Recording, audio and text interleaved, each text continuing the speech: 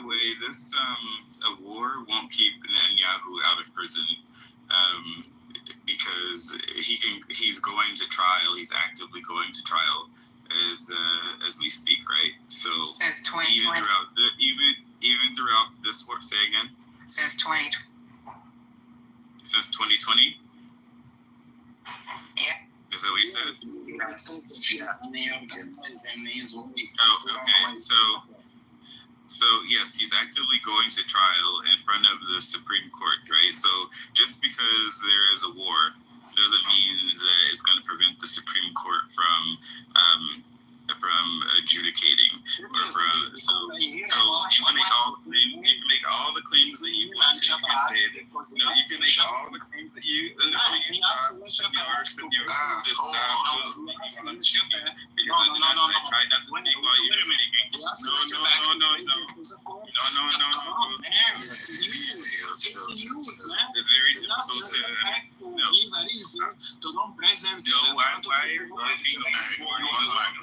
One mic. Hold on 1 second. It's really hard hearing you guys when everybody's trying to talk at the same time. So please let the person land, and then the next person can go ahead and speak. Go ahead. Thank you. So just because you believe that he needs a war just to get out of going to jail or being sentenced or whatever, that is not true. And also the courts are not in his favor in Israel. The Supreme Court doesn't necessarily like him, but they are holding the trial as fairly as possible. So whatever crimes he has committed, whatever his judgment is, he's going to look forward to it. And in case most of you do not know, Israel is the only country that I'm aware of in modern history that has sent a leader, prime minister, or president to prison. That's not a real good consolation prize, Ron. And we're talking about nuclear war, whether he goes to jail or not. We'll all be in jail. We'll all be in jail.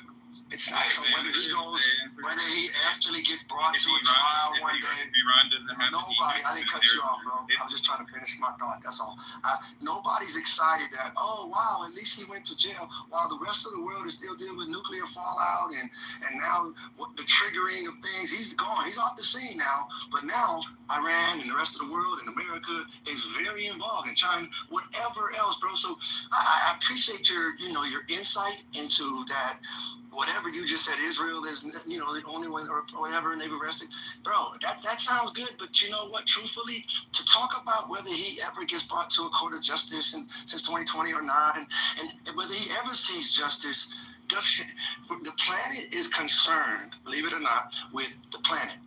And the geopolitics of what he represents with America and the Middle East and oil and nuclear energy and centrifuges and the levels that Iran has a lot of, like someone said in the room earlier, they have a lot of people in America, bro, that are good-hearted people, I'm sure. Or else they would have been arrested by now by Donald Trump or whatever for being whatever. They haven't shown any, a lot of people are upset about a lot of things, but people don't just go off the handle and just be running around shooting folks yet. We're trying to stop that, bro, because people in America are from all over the world. Yeah, they're American, but they're usually Irish American, Middle Eastern American, Africa, the country. He was talking about him going to court, babe. I know, but I know he was, and I get it. And I was just trying to say, he's bringing that into the conversation while we're talking about whether he's going to get justice in a court or not. But hopefully he does, but he's been using the war as a way to push back. He just started freaking fighting. But it probably won't happen in the next 2 weeks, is all I'm saying. I don't think he's going to get brought up and go to jail in the next week or two. Yeah, it's not going to happen. It's been 5 years and they're just doing the cross-examination. It's crazy. Just a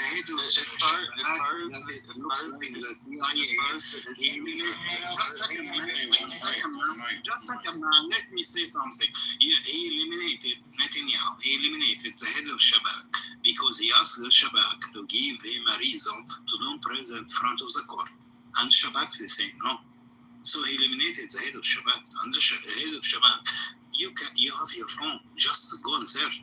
The head of Shabak now is in interrogation that why Netanyahu is trying to using his dictatorship way to to keep everything under his control, only his control.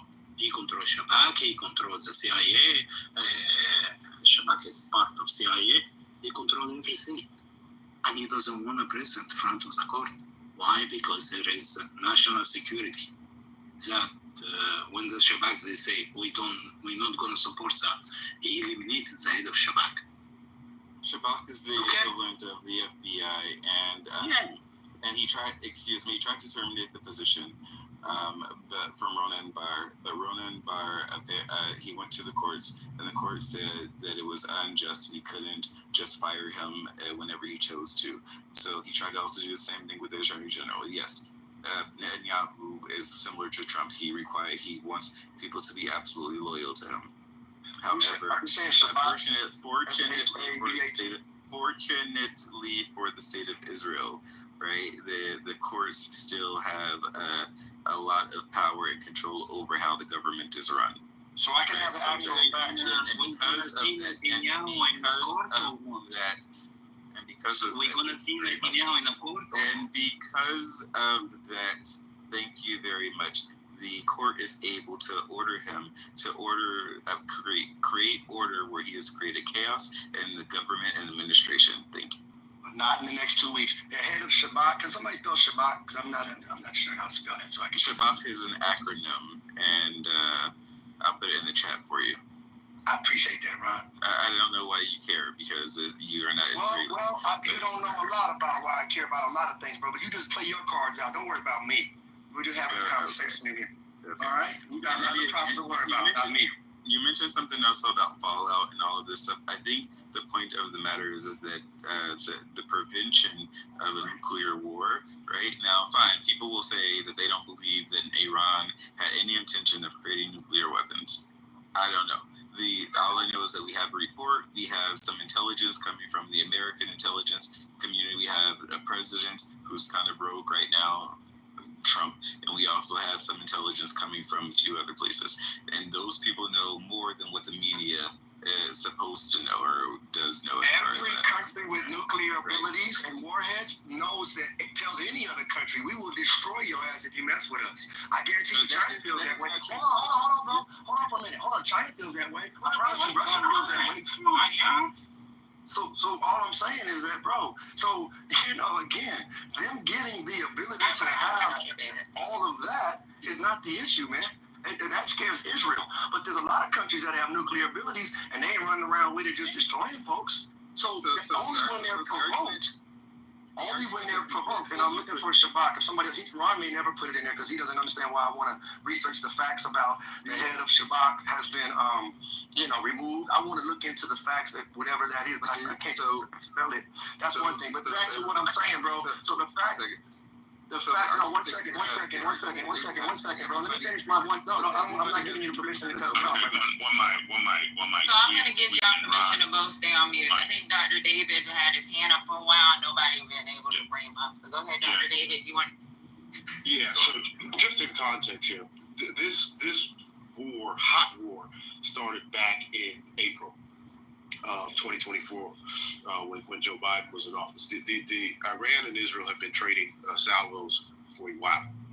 It first started with Israel destroying the Iranian consulate, which is the hot war they said was in response to the proxies that Iran was funding. And then they basically just started shooting at each other. Then they did it again in October. And then the incoming president sent out an envoy to get them to all stop, and they stopped. And then they agreed to stop for a period of, as began restarted their campaign that they wanted to do from way back from last year. So I think people are falsely attributing the conflict that's ongoing right now with the current administration as if this wasn't going on back in April of 2024.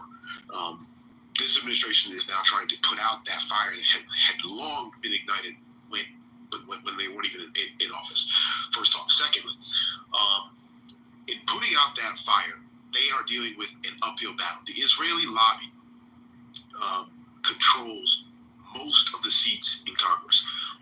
For example, if you look at the New York Congressman Congressman, what was his name, Bowman, whoever his name is, in the Bronx, who was against the Israeli lobby. He lost his seat. They do this all across the country. They fund candidates to remove members of Congress that are hostile to them. And they have succeeded in controlling most of the seats in Congress, which means most of the people in the U.S. Congress have allegiance to the Israeli lobby, which has full allegiance to Netanyahu and the leadership of Israel. So therefore, most of the government is going to be pro-Israel and give them whatever it is they want. And this may not even be in the best interest of Israel to be giving them everything they want. So if Netanyahu says this is what we need, the Israeli lobby says no problem. We're going to force the U.S. Politicians on our payroll to support it. So to kind of be hostile to their agenda is very difficult position for a U.S. congressperson. They're likely to lose their seat, just like Jamal Bowman lost his seat. And then for President Trump in his position, while his philosophy being peace through strength, it's very unclear where he stands at this point. I'm speculating here. I listened to Professor Mearsheimer a lot on this. I listened to a number of folks. It's unclear where he stands on this. Some people are saying that he's already decided to join the attack. Some people are saying that he's putting out rhetoric, like he has done in the past, to force a concession from Iran, basically with the threat of force. And if the threat is credible enough, they'll make a concession in line with what could be considered acceptable, and they can have peace. So I agree with people that are saying that this is kind of like anti-MAGA, but the position that is people have to understand is this conflict, just like the Russia-Ukraine war, was ongoing when this administration came in. Their now job is to put out the fire in the Russia-Ukraine war and then put out the fire with this Iran war, which was already going before they came in. And they succeeded in 6 months of peace started. But Israel was already foaming at the mouth to do what they're doing now. And it's hard to stop them when they have full control of almost every congressperson, with a few exceptions in the U.S. and senator too. Crisis, you're trying to hold on one second. Crisis, you were trying to speak. Go ahead, Crisis. Yeah, so I'm gonna keep it real simple. So Dr. David made a very valid point when he talked about this being something that has been spawning since before the current administration. I just want to point out something real quick. For those of you who remember who Mahmoud Ahmadinejad was a 12er. And if I'm not mistaken, the majority of the people in the council that run Iran are also 12ers. If you understand what being a 12er means, then you'll understand what their concept is of where the 12th Imam would come on the stage, or on the world stage, and what needs to happen in order for him to come on the world stage. In the chat, I just put a link to a video of a conversation between Benjamin Netanyahu and some of the elder rabbis in the 90s, where they're basically saying the same thing to him, because in order for their Messiah to come back, the world also has to be in turmoil in order for their Messiah to come back. And you see this rabbi telling him in the 90s that he's going to be the one that's going to be leading the country at the time when their Messiah comes back. But more importantly, is he's asking him to hasten that return. So when you understand what it takes for that return to happen, and you see that his elder rabbis are asking him to hasten that return, what you're seeing right now is really an exchange between two people who have similar understanding of when the 12th Imam, or the Messiah for the Jewish people, is supposed to come back, and basically creating the situation for either or to be able to come to the world stage. And I'll end with that. This 12er concept, is it in that video? Did they mention 12er? No, in this particular video, this is the one about Benjamin Netanyahu, but I can find you the one for Mahmoud Ahmadinejad, because Mahmoud Ahmadinejad, when he was the leader of Iran, or the prime minister of Iran, he was not very shy about his beliefs. He was absolutely not shy about his beliefs. He was the president. He was the president of Iran. No, That's Right, fine. right. He was. I just wanted to know about the 12er, and I know about the Mahdi and the Messiah and all this stuff, but I wanted to get a little more. Yeah, the concept of the 12ers. The 12ers are. It depends on who you talk to, because some people will say that they're more radical. Some people will say that they're following Shia Islam, but the concept is that the 12th Mahdi can't come back until the world is in turmoil or chaos. The same thing for the Moshiach on the Jewish side. So from the 90s, they're asking Benjamin Netanyahu to hasten the return of the Moshiach. But when Ahmadinejad was president of Iran, he openly said that he was trying to bring the 12th Imam back. You know what I mean? And so it's one of those things where, for us on the sideline, looking at it from a political standpoint, we're being pulled into a situation that even when we try to make sense of it from a political edge, it's even beyond that, which is what makes these conversations so difficult, because we're trying to look at it from one lens, but the people on the ground are not even looking at it from that lens. And I land with that. So I kind of agree with Crisis. Some of this is also messianic, but it's mostly messianic from the 12er perspective, because according to, there are different opinions in Judaism, but there's supposed to be chaos, but you can't hasten the idea of the Messiah by creating chaos. However, this 12er notion, if anybody can look it up, you can go and yes, Dr. David, or whoever wrote that, the evangelicals created this concept, and it sort of got incepted and imposed by people that that's what Judaism believes. But this 12er concept is something that is that the Ayatollah and Ahmadinejad, Mahmoud Ahmadinejad, the previous president, fully believes.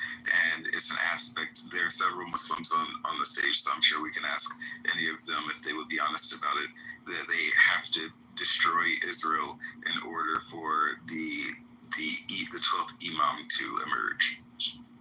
Since we're bringing in evangelical and scriptures into the conversation, Israel, the idea is not that they would find a land and put themselves in there. God would put them in a land. Back to that thought, 1947, and the British and with Churchill and all of this stuff, this whole idea, that right there is totally contrary to scripture, by the way, because the idea is that they would be placed in a land, that God would put them in a land. It sure wouldn't be Winston Churchill or who the hell ever in the Britain. But that's the thing that you don't understand, is that the early Zionists, right, all of these people, while they were quote unquote secular, they weren't trying to fulfill some sort of messianic reality. Well, it can happen both ways, though, Ron. Well, so their perspective was, if you read like the entire breadth of literature and see who these people are, their issue was that they were being attacked, having pogroms or whatever in Europe. The Europeans told them to go back to wherever they came from. So they started a campaign to say, well, we came from, our ancestry came from Israel, so right? The whole world has to suffer because Hitler said, go back where you came from. No, Hitler was triggered by Hitler saying, go back where you came from. Hitler told the European countries, if you love these Jews so much, come take them. And they refused, so they killed them. Now, so then they just pop them back over there amongst these the natives in that land, the Ottoman Empire, and they just pop them in there. He gave the Americans and the Europeans plenty to take the Jews. Allow me to finish my synopsis. When you're done, can I go after you? Yeah, sure. I want to add on to what you're saying. So the position that they had was, okay, we live in a world where these nation states are being created. As a matter of fact, they went to the Ottoman Empire, they went to the Sultan of the Ottoman Empire, then World War I happened, and they created a deal with the British Empire to create a state within the land space. They weren't trying to take over all of the land space, they were going to the people that controlled the land. As a matter of fact, they purchased land. They had a fund called the JNF Fund. You can look it up, where they purchased the land from the Ottoman Empire, from the government, and also from the British Empire in order to create a state. And that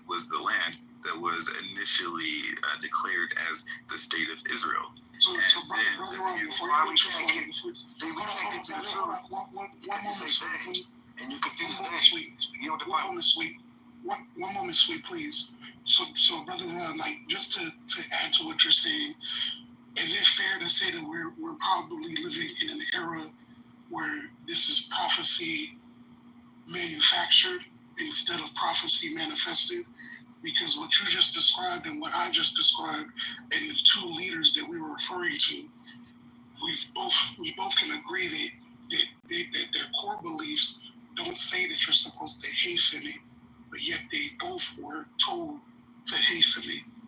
So if you're being told to hasten it, right? So it's like if you're being told to hasten it, but yet your beliefs say that you're not supposed to be hastening it, that would mean you're trying to manufacture prophecy rather than allowing it to manifest. So that's the issue. I don't, as far as I know, I don't believe that there's any concept in Judaism to hasten to create the conditions for the Messiah to Happened come. in 1948, bro. No, the video I put in the chat clearly says it. You put in the chat.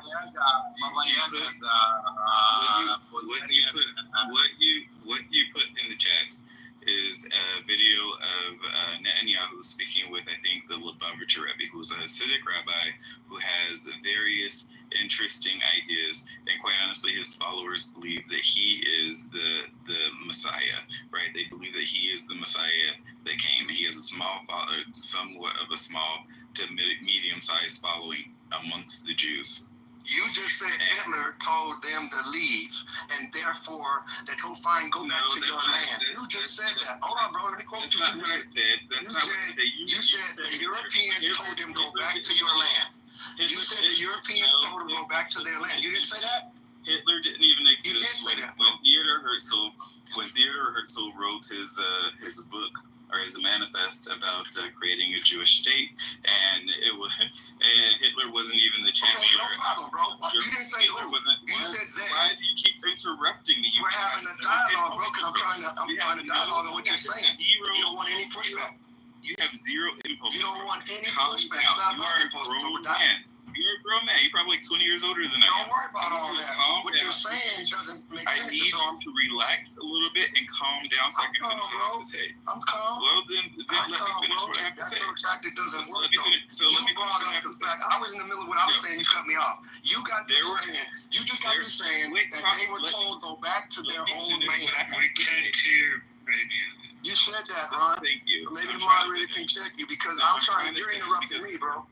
So what I'm trying to do is I'm taking what you said again. You just got through saying earlier you talked about LA and Nevada. Right now you just got through saying that their argument is, based on what the other brother was saying, Crisis, you said that the Europeans told them go back to their land. Is what Crisis was bringing up. And the whole point was you said go back to your original land. And therefore they didn't just do it on their own, it was the British that said, and then the Ottoman Empire. That's not actually what I was saying. No, that's not what he was saying. I get it. I'm not trying to say that that's what you said. That's what I'm saying. Why don't you stop? Because these are the facts of what happened, bro. No, that's not what happened. Some Europeans in 1947, 48, parts of all of that, bro. They went in there and plopped themselves down, bro. That's false. Somebody else really not what I just said. Hold on, sweet. Show me where I was off. Sweet and Ron, we can't hear both of you at the same time. And it's kind of hard listening to both of y'all talking at the same time. So one person speak, Sweet, finish speaking, and then Ron, you can chime in. Right. So I would like to hear somebody come in other than Ron and tell me with their scholarship where agreement with what Ron said, that the people in there, he doesn't like the idea of Hitler. Some Europeans told these Jews, not Africans, some Europeans told these Jews, get the hell out of here, go back to wherever the hell you from. We don't like y'all. We'll kill you. Get away from us. So now, hold on. I'm not done yet. Can I just finish the thought? You did the same thing. No, I'm not done yet. That's why. So let me build to what I'm telling you. So what I'm telling you is this, because the whole point is them plopping themselves down in a secular way. Let Ron tell it. So somebody tell me how the British were not doing exactly what Christ has said about now they're rushing this thing and coming in here saying, okay, we're now, because we can't The Jews don't have a home over there in Europe somewhere. Europeans don't want them there. So now that led to over the British, who was already very interested with the Ottoman Empire, and they had their own thing going on. They came in there and tried to set this thing up with the Ottoman Empire to do this. Somebody show me where that's what I just said is wrong. All right, so during World War II, Hitler made many overtures to Western countries, Canada, America, European countries, all of them. Come get these people. You don't want us to kill them? No problem. Get them. We don't want them in our country anymore. Come get them. And not a single one of them agreed to take on the Jewish population. Not a single. In all these countries, the Jewish communities in Russia, the Jewish communities in UK, America, all came together on their own, realized that these countries that we're in don't want us here. We don't have a place that will take us when we're being persecuted. We don't have a homeland. So they came together and pressured the various countries, the victors of World War II, that we want our homeland. None of you were reliable Americans too. Europeans in America, by the way. America is in America too. They all refused to take Jews because they had taken them, they wouldn't be a Holocaust. But Can I this is the reality. Listen, we need That's not the Middle East.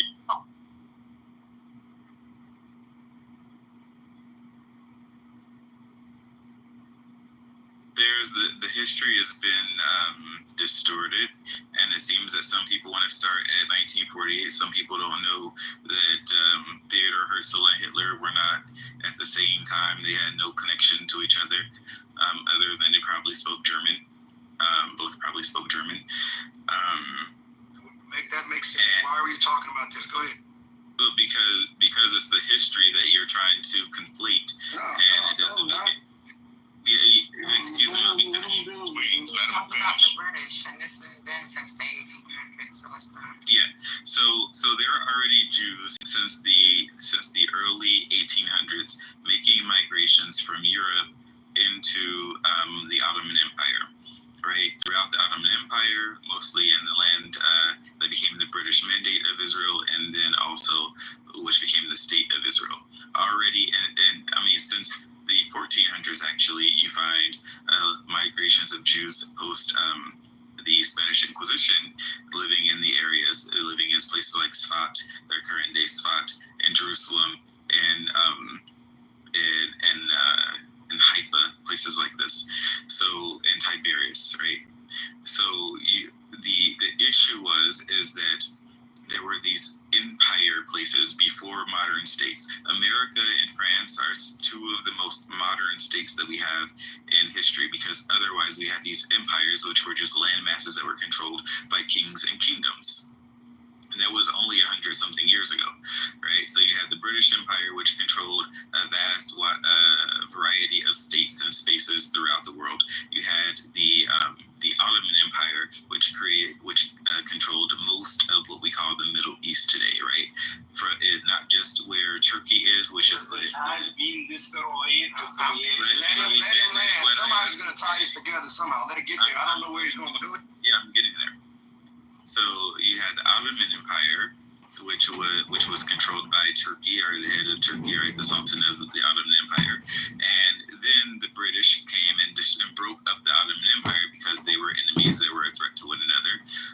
That was World War I. After World War before World War I, and there are already Jews living in those spaces, they already planned to go to the Sultan to declare themselves a sovereign state within the Ottoman Empire, which later became the British Mandate of Palestine. Once once the British took control over the Ottoman Empire, and the British were creating nation states out of the Ottoman Empire, which includes modern day Egypt, modern day Libya, Syria. They created modern day Iraq and modern day Iran, and also Pakistan. They created all of these states, and then they created them, and also Jordan, I should say. and Jordan, which for the area was called Transjordan, or the British Mandate of Palestine, or Transjordan, and the British Mandate of Palestine and Jordan, right? They created Jordan as a state, and they were creating Palestine as a state, and also they had a promise to create the state of Israel.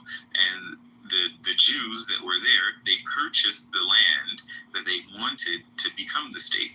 And then across the next 40 years, there were some conflicts. So the British divided the land into two parts. Hold on. Nobody's going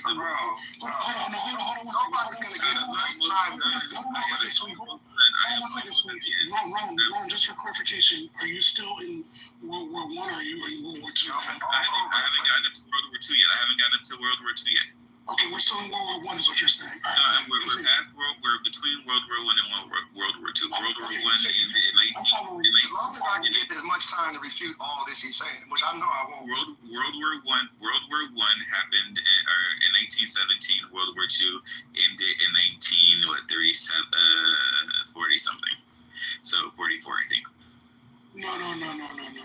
It just it wasn't 44. Just let me. Just let him put it all out there, and then he's gonna cut off anybody that after 10 seconds when they try to refute all that he's allowed to just go ahead and say. Ron, make sure you mention Thomas Lawrence. And mention the Ottoman Empire. Make sure you mention Thomas Lawrence when you're talking about World War I, because if you don't mention Thomas Lawrence, then I'm not gonna lie to you, it sounds like a disingenuous. So what do you have to say about Thomas Lawrence? You tell me about Thomas. Thomas Lawrence is one of the people who was able to galvanize the local population to fight against the Ottoman Empire during the latter half of World War I. Thomas Lawrence is also the person who they based the character Lawrence of Arabia after. In his memoirs, he describes the local population, which today we would call Palestinians. He described them as some of the most courageous people that he had ever met, because they didn't have any type of mechanized weaponry. They were dealing with the most weapons that you could have at the time, but yet because of the fact that he was giving them an understanding that if they fought for that land, it could become their own, they were willing to fight. And it's the reneging on that started to cause a lot of strife.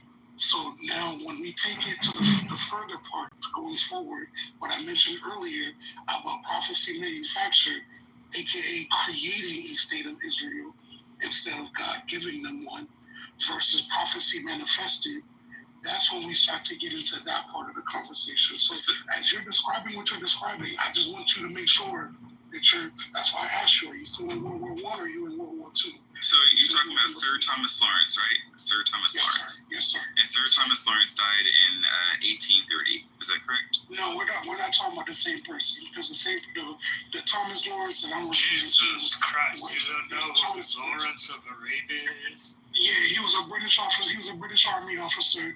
During the time of World War I. So he didn't die in 18 anything because he was born in 1888. So there's no way he could have died. Before World War I. So that's what I'm referring to. Oh, T.E. Lawrence, okay, 1935. Got it. He died. Right, so that's why I was asking you, are you still talking about World War I, or are you talking about World War II? Yeah, so I don't know what that has to do with the idea of prophecy manufactured, because the early Zionists didn't see themselves as a messianic reality, right? They saw themselves. I'll tell you real quick what it has to do. They saw themselves as creating a Jewish state, or a place where Jews can go, where they can feel safe and protected, and sort of in somewhat seclusion or isolation, but also have self-determination from. We're in agreement with that. At least I am in agreement. I don't know about the rest of the room, but I'm in agreement with you with that. But what I am saying is this. Here's why it's important. Because when he was boots on the ground, he was able to galvanize the local population, the people that we would now call Palestinians. The promise was that if they rose up against the Ottoman Empire and helped disturb the train supply chains, that they could then have their own nation. And what happened? So that's the thing, is that they were going to have their own nation, right? They were. Did you mute or would you? After they gave him. Sorry, you went out for a second. Yeah, my bad. I got a phone call. My bad. So after they gave him their support, and after they fought on his behalf and on the essentially the Crown's behalf, they were not given what they were promised. And this begins the slow road to where we're at today. Yeah, so because so that was the thing. So that's why I remember there was a partition plan in I think 1936 or something like this. No, the partition plan comes later than that. No, 1946. It was before the creation of the modern state of Israel. And actually, the United Nations had, when they were creating all of these other states, again, Libya and Syria and Egypt, modern day Egypt, modern day Turkey, all of these countries, right? And also including Jordan, they said okay, there will be a state of Israel and there will be a state of Palestine. Right. So real quick, let's at least correct history real quick. So the first time the concept of a state of Israel came was before the United Nations. Yes, it was. Okay, so that's the League of Nations. Now, the thing is this is what they promised the locals who rose up against the Ottoman Empire. Mm-hmm. And then they turned around and reneged on their promise. No, they didn't renege on the promise. Absolutely. The reason why they did not renege on the promise is because they had a vote. They had a vote of the League of Nations, and at the same time that they had a vote of the League of Nations for the state of Israel, and everybody had a vote. It was the Arab countries actually that did not want a state of Palestine. Okay, so now you're talking. Countries that's British Empire. Right. It gives them power in Saudi Arabia, Emirates Arabia. Right. So Ron, once again, I don't even know what Ash is saying, but go ahead. You're confusing the mandate of Palestine with the partition. No, I'm not confusing this. No. So Ron, here's the thing. When they first proposed it with the League of Nations, the idea of a state of Israel was shot down. Now, after World War II, it was actually approved. What I'm saying to you is they had already promised the locals who rose up and disturbed the supply chains of the Ottoman Empire. They had already promised them, hey, don't be scared of these people who are ruling over you. If you rise up and help us, we're going to make sure that you have your own nation. And they also made the same promise to the Jews, like that was 40 years earlier, right? But who was on the land in a majority fashion before? It doesn't matter who was on. It doesn't matter who was on the land in the majority fashion. This is one. Excuse me, crisis. Excuse me. It doesn't matter. One, it doesn't matter who was on the land in the majority fashion, as you say. Two, the land that the Jews wanted for the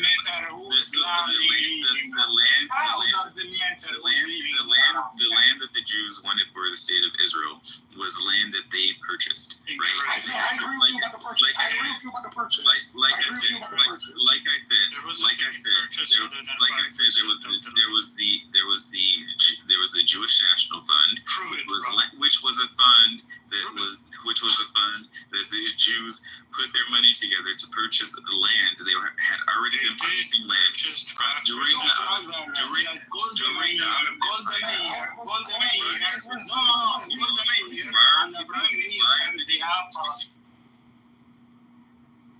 we can sing together, but we can't talk together. While I'm talking, I'm trying to. Is there any possibility of Ron, if you could, Ron, you've been talking for a while now, so if you could wrap it up and allow other people to speak, because a lot of people are not agreeing with you on stage and also in the goo. No, they don't have to agree. I mean, it's the history. I understand that, but they want a rebuttal, so you have to allow that. Okay, so fine. Can I speak with one person at a time? I'll speak Ron, with can you crisis. stop there? You already covered. Let's stop. Emperor, can you kind of present? I'll try. This is really hard. So, the Jewish National Fund, like there's a lot of stuff to correct. Like it's impossible to do it in one go. The Jewish National Fund didn't purchase the land, right, or any quantity of land that is similar to modern day borders of internationally recognized Israel. They purchased 5% of the mandate. That's one thing. Second thing, there is a confusion between the mandate and UN partition plan, and then what Crisis was saying. This is why Lawrence of Arabia is important, right? The promise given to the people in Palestine through negotiations of Lawrence of Arabia. There is a film, it's a really good one, check it out. And a separate promise to the Jewish people that will come through with the Balfour Declaration with some caveats, right, that it's still allowed for people on the land there that would later change with political statements coming from the British, right? The conflation of the Transjordan as a separate state that is designated for Palestinian is incorrect. There are two mandates for Palestine, right? So if you're saying, I don't know if you're saying that, Ron, that promise to the Palestinians in a two-state solution is fulfilled, it's not fulfilled. That mandate is a completely different thing. It is unrelated to any notions of two-state solution. Jordan is not the state of Palestinians. What else was there? Let's stop here. No, Emperor. The other part that you're trying to remember is the time frame. It's based off of them giving the promise to the locals who uprised against the Ottoman Empire versus the time that they decided that they granted the land of Israel to be for the Jewish people. That was the other part. If you can go into that. The mandate, the Balfour Declaration, what's the dates on those? I can't remember off the top of my head. 1917. Yes, the mandate I think it happens concurrently. Correct me if I'm wrong. Yes, actually, it is concurrently. The Faisal-Weizmann agreement, which promises some land, and it wasn't Lawrence of Arabia apparently that did it himself. I found some documents. I'm looking it up. Happened in 1919, which was 2 years after the Balfour Declaration, which is where the British promised land already to the Jews. Right, and Ron, just to clarify you, Ron, and I'm gonna give it back to you, Emperor. What happened with that is that he was the one who was on the ground. In order for him to gain the favor and support, this was what the generals above him told him to say to the locals. The locals then had a belief and a fever to get out of the Ottoman rule and fight on behalf of what they felt was going to be a future nation for them. Lawrence of Arabia himself, in his own memoirs, talks about how he regretted the fact that they didn't live up to that promise. But the governments say that they didn't formally ever give them that promise. Now we get into the semantics of things. If you're going to manipulate the people to fight on your behalf and then turn around and say, well, we never formalized it, so therefore we don't have to live up to that agreement. How fair is that for the people who were already there, fought, bled, and died for a cause that you wanted? You know what I mean? Yeah. But yet, not you meaning Ron, but you meaning the allied powers versus the Axis powers. But yet you turn around and backdoor them on the end. Like of course you're gonna create a generational beef after that. Of course. Like of course. That goes to the. I think that have you read these documents? Have you actually read these documents? The Faisal-Weizmann document. Have you read this? Yes, sir. Yes, sir. The thing is, those are the. No, you read the entire document. those are the formal documents. I'm talking about what they were actually told. No, I know what you feel like what they were actually told. Like that we don't know what they were actually told word for word. I mean, he said it in his own memoir.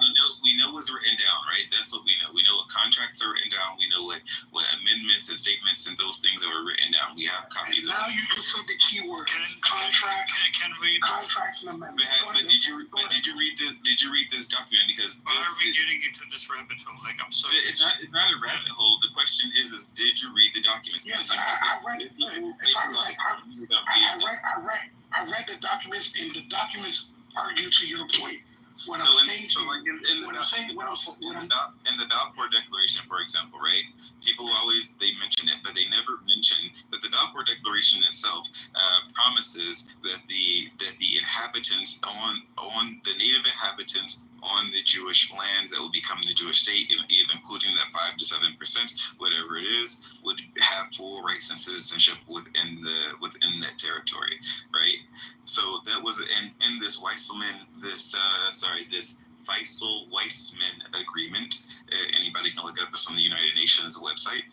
It also promises a partnership between the two parties ahead of a Palestinian group and the President Weizmann, who was the first Israeli president, I think, or second Israeli president, I forget which one, who and they promised that there will be also a partnership. And as a matter, like they would have the Jewish land and they would have the Palestinian land. And so Ron, before I can we let Ash jump in real quick? Ash has been trying to get in forever. It seems as if in the Faisal-Weizmann. Why are we in this rabbit hole? Like I'm really serious. It's not a rabbit hole. It's not a rabbit hole. I need the mic 30 seconds, please. 30 seconds. Yeah, can we let Ash jump in? Ash, it's all on you. I'm going underground soon, so I just have 30 seconds. Please, guys, I hope and I wish from all my heart, because the benefit of the United States population is the benefit of European population, is the benefit of African population, is the benefit of Asian and South Asian population.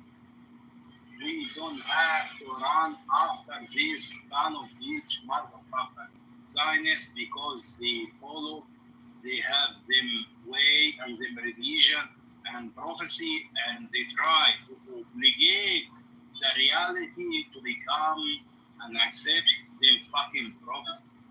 We live well. We can live very, very fucking effectively, perfectly without them. Don't let us and don't let the MAGA make America great again, make everyone great again, got corrupted or got,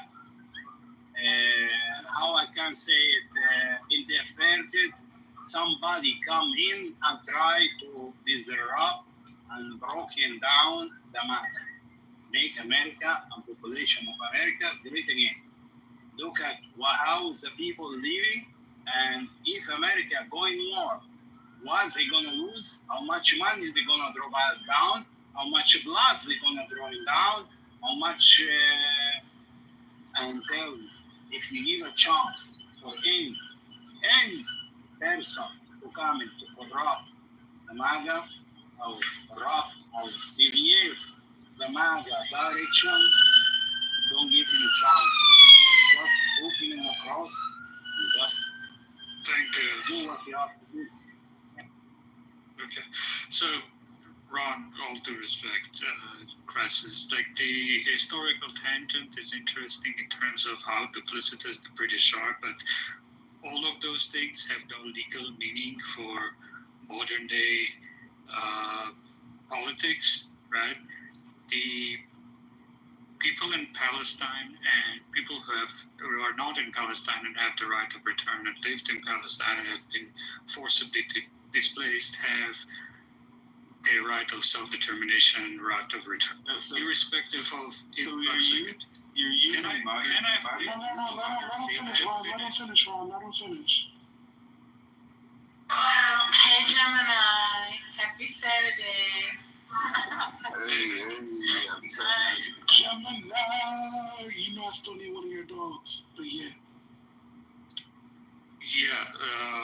irrespective of Lawrence of Arabia, interesting history, right? People of Palestine, right? Or people who are. By the way, I can't hear nothing you guys are saying. I'm in the middle of a call, so I'll definitely chime in later, but I'm not here. I'm here, but I'm... Okay. I'll drop. He just says that Lawrence of Arabia, Okay. yeah, he just Palestine, says that Lawrence of Arabia, he was a homosexual and he corrupted all the family. What the fuck is going on? Emperor, finish what you were saying, bro. I'm saying that people today, right, like irrespective of Lawrence of Arabia, Korea's history, it's attention, as though legal being, right, it has some normative, moral story about how British promise everybody everything and do not deliver, right? But people of Palestine, Palestinians, have their right of self-determination. That is an inalienable right under international law, irrespective of Lawrence of Arabia history. So it's a tangent. It doesn't inform any notion of legality or right. Right, so Emperor, can I tell you something real quick, Emperor? You know that Sure. what you just said just now is literally the same argument that the U.S. government or the United States population make against the Native Americans. Oh, sorry, Because- what? And I'm gonna tell you why. Because what will happen is they'll come to a certain area and be like, "Hey, we wanna be able to hunt and fish and build houses in this area. Can y'all help us?" And then they help them, and then they turn around a season later because they were moving. They were like nomads.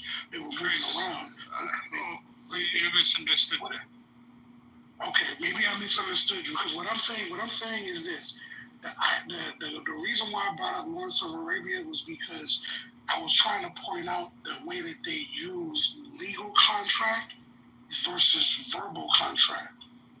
The verbal contract is what they used in order to get the local population, Palestinians, to rise up against their ruling party, the Ottomans. But then afterwards, they reneged on it. And when they reneged on it, that's what started to create the resentment that has festered into what we're seeing today. But it's incorrect. It's incorrect. The issue that you have, Crisis, is that you sort of treat the Palestinians as if they were like Native Americans, that you didn't understand Western law, right? Or the same sort of like legal structures as we understand them today in like mainstream society. But the truth of the matter is that the Palestinians are a Muslim people who they understood the Quran. They understood legal structures because Islam is a legal religion. It's a legal reality, and the law in the land was controlled under Sharia law under the Ottoman Empire. These people had a concept of contracts. They had a concept of promises. They had a concept of writing deeds and land grants and things like this. This is not something new to them that was just manifested by these random Europeans that are quote unquote Europeans, because a lot of the Jews that were there were not just Europeans. I would agree with you, Ron. Under the Osman Empire, but it was light regime. Why do you They don't believe in God. Muslim, Christian. Why do you keep jumping in and nobody understands? No, I'm just telling you. Under the Ottoman Empire. Let him run. I'm just telling you, under the Osman Empire, it was living Christian, Muslim, Hebrew, people doesn't believe in nothing. Under the Osman Empire, they was living perfectly in peace until the fucking World War, and it is made. Can we introduce some structure in the conversation? Like, why are we discussing the thing that we're discussing, or is this just like one historical I'm answering. No. Wait a second. I'm answering to discussion that already arrived. If you come in late, I'm not late. I've been here for hours. I'll tell you what we're discussing. We're discussing. If Ash, please let Ron finish so he can explain it to Emperor. Emperor, we're discussing it because we were discussing the history of promises made and contracts that were made between the peoples, right? So not recognized. Make sure you recognized or not recognized. We're discussing the entire history, and that's the point that we're getting to. Can we connect it back to like something tangible? Give me a second, because I'm trying to get to that point, but you keep interrupting me because you want to see what you are trying to do, Emperor. According to how I understand your argument, is you're trying to use modern day sensibilities to adjudicate modern day sensibilities to adjudicate past realities. And the problem with that is that you can't say the contracts that were written and signed, and even if the promises weren't necessarily kept, are not legally binding between the two parties, based off of Emperor, he's not talking about you. He's talking about me. But it's okay. Yes. I'm talking about Emperor because that's what he's trying to do. And now, as far as Ron, can you chill? Like, can we pause the conversation a little bit and make an argument that are consistent and structured and speak to the opponent, right? So I'm not making at this point any argument, right? Like whatsoever. At this point, I'm just trying to understand what the conversation that it seems have high stakes informs. What does it matter whether Lords of Arabia promised something or didn't promise something, other than that we know that it's a curious history and British reneged on their contract or didn't renege on their contract? What does it inform? Because the issue that you have right now is that the people that live. To speak for me. Speak for yourself. Okay, the issue that is had is that your position seems to I don't have a position, Ron. You do have a position. That's why I told you he wasn't talking to you. Why do you keep doing this? Your position is that the Palestinians are basically the Native Americans of Palestine, right? The modern day Palestinians are the Native Americans of Palestine. They're living on that land, and therefore he's talking to me. Have a right to self-determination over a particular space of land. Who are you speaking to? So Ron, earlier. Hold the position that you just assigned to me. So okay, then what is your position? My position is all people, irrespective of their indigeneity, have self-determination rights, which is consistent with international law. Okay, what is that? What tangibility is that? That people can go anywhere they want to and do whatever they want to? What do you mean? All people, listen closely, all people have self-determination rights. Self-determination rights are inalienable in international law. International law does not recognize or speak about indigeneity. There is some small areas, but let's ignore that, right? I'm not using the word indigenous. I haven't used the word native in my argument whatsoever. All people, irrespective of anything, have self-determination rights. And what does that mean? What does that mean tangibly in the argument that tangibly that people in Israel, right, in the nation state of Israel, for example, have self-determination rights and can elect their government and determine how they live within the territorial integrity of the country of Israel, right? People in West Bank and Gaza, right, in the so-called occupied Palestinian territories, right, that are recognized by something like 10 countries less than recognize Israel, also have self-determination rights. Those self-determination rights are hampered by the state of Israel and military occupation and other types of encroachment. That is, this argument that I'm making, that people are making generally, that international community is making, have no reliance whatsoever on Lawrence of Arabia, or for that matter, Balfour Declaration. Okay, so wait 1 second. All that historical tangent is for the argument of. So I have a question. Hold on, Ron. Let him land. Yeah.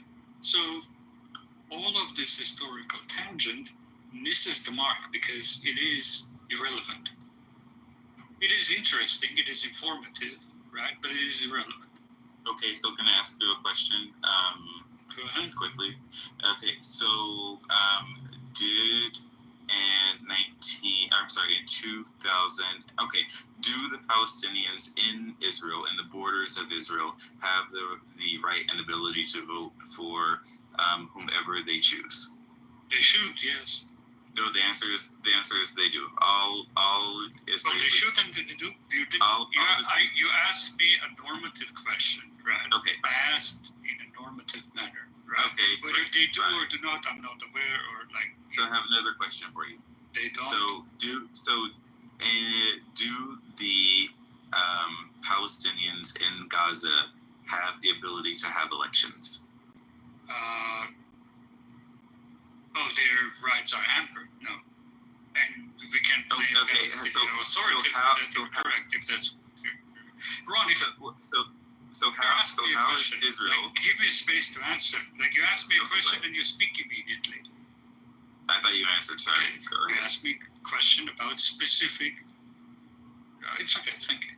You asked me a question about elections specifically, and I agree with you, right? Like, I think their self-determination are hampered by, let's say, the Palestinian Authority, right? But that's not the only actor that denies themselves the responsibility, right? West Bank and Gaza and East Jerusalem is under military occupation by Israel, right? A long-term military occupation that the International Court of Justice has ruled illegal and ordered Israel to seize the occupation immediately and pay reparations for Palestinians, among others. Yeah, but you're adding. Hold on, Ron. 1 second. Ron, One second, Ron. Emperor, for you. Is it possible for a people to have autonomy? You're familiar with the term autonomy, right? Autonomy. Is it possible for people to have autonomy if they're under military occupation? No, Christ. Wait 1 second, because you just No. I'm asking him a very specific question. Okay. Is it possible? You're interrupting my question.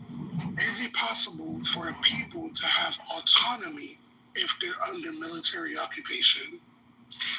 Look, autonomy is, I'll answer, I kind of understand what you're saying, but autonomy is a little bit of vague idea, especially when we're talking about context of law of military occupation and international law.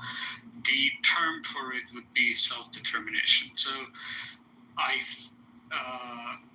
if the military occupation is conducted legally, right, it is possible for people under military occupation to have some measure of self-determination, right?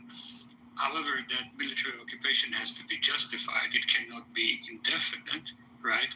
It cannot be combined with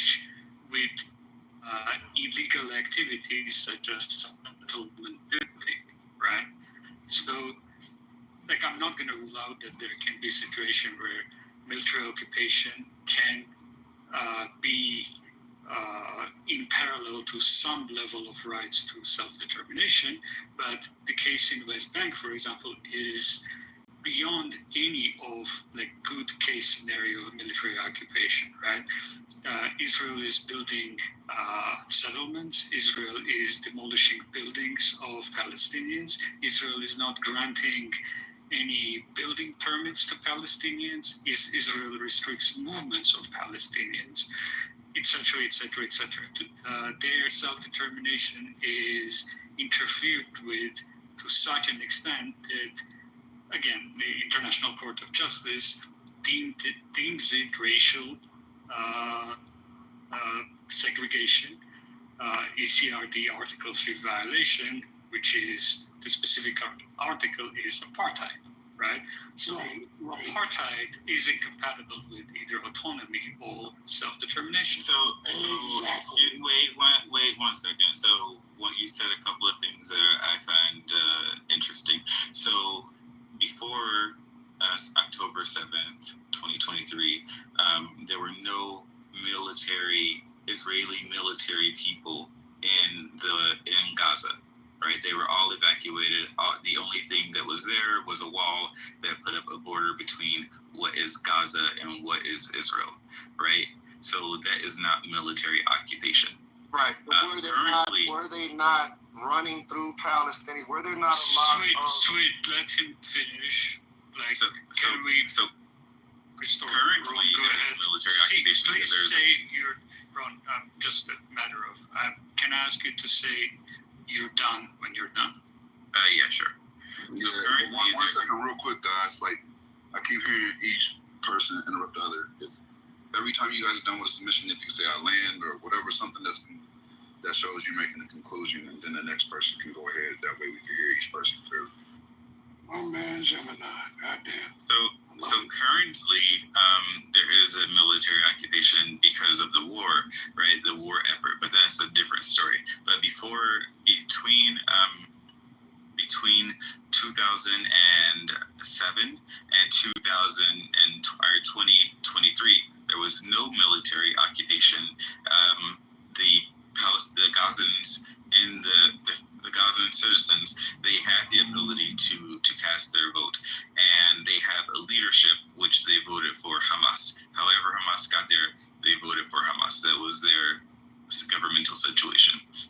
In the West Bank, actually, I don't know if anybody here has read Oslo 2, right? I think Emperor probably did, but the West Bank is more complicated, right? So one of the issues that we have is that some of the things that currently happen, including the quote-unquote military occupation of the West Bank and Area C, especially in Area B, were agreed upon terms by Mahmoud Abbas and as well as Yasser Arafat. So if you read through Oslo 2 and you see the security provisions and the reality, including the settlements that are there, they were agreed to in these negotiations, which they had in Oslo, as they say. So if that, and also the Palestinians in areas A and B, which are allotted to them and agreed upon in Oslo 2, the Oslo Accords, they have their own elections when it is permissible. Unfortunately, Mahmoud Abbas has been their sole leader for the past 20-something years. So did they not have self-determination when they elected him in the first place? Are you talking about in the West Bank? Yes. Yes, the West Bank. The first point was Gaza, right? Yeah, my first. Yeah. So Gaza. So occupation is not military occupation. The test of military occupation under international law would be ability to exercise effective control, right? The military occupation or occupation in short, right, is not a binary. It's not 0 to 1. Absence of settlements does not necessarily mean absence of occupation, right? The occupation is weaker than it is in West Bank or we were talking before October 7th, right? But it is still an occupation. Occupation is proportional term, right? So according to, again, International Court of Justice, Gaza, before the events of October 7, was occupied because of a blockade, right? Because a lot of daily interactions of Palestinians with the state is mediated through Israeli Israeli officials or military personnel, including governmental paperwork, a lot of other stuff, provision of services, border. We can go into details of that. So yes, Gaza was militarily occupied. We can disagree on that point, but I'll take this is my position, and not only my position. This is a position that is very quite firm in international law. On the West Bank military occupation is not disputed by Israeli Supreme Court and Israel itself. It is militarily occupied.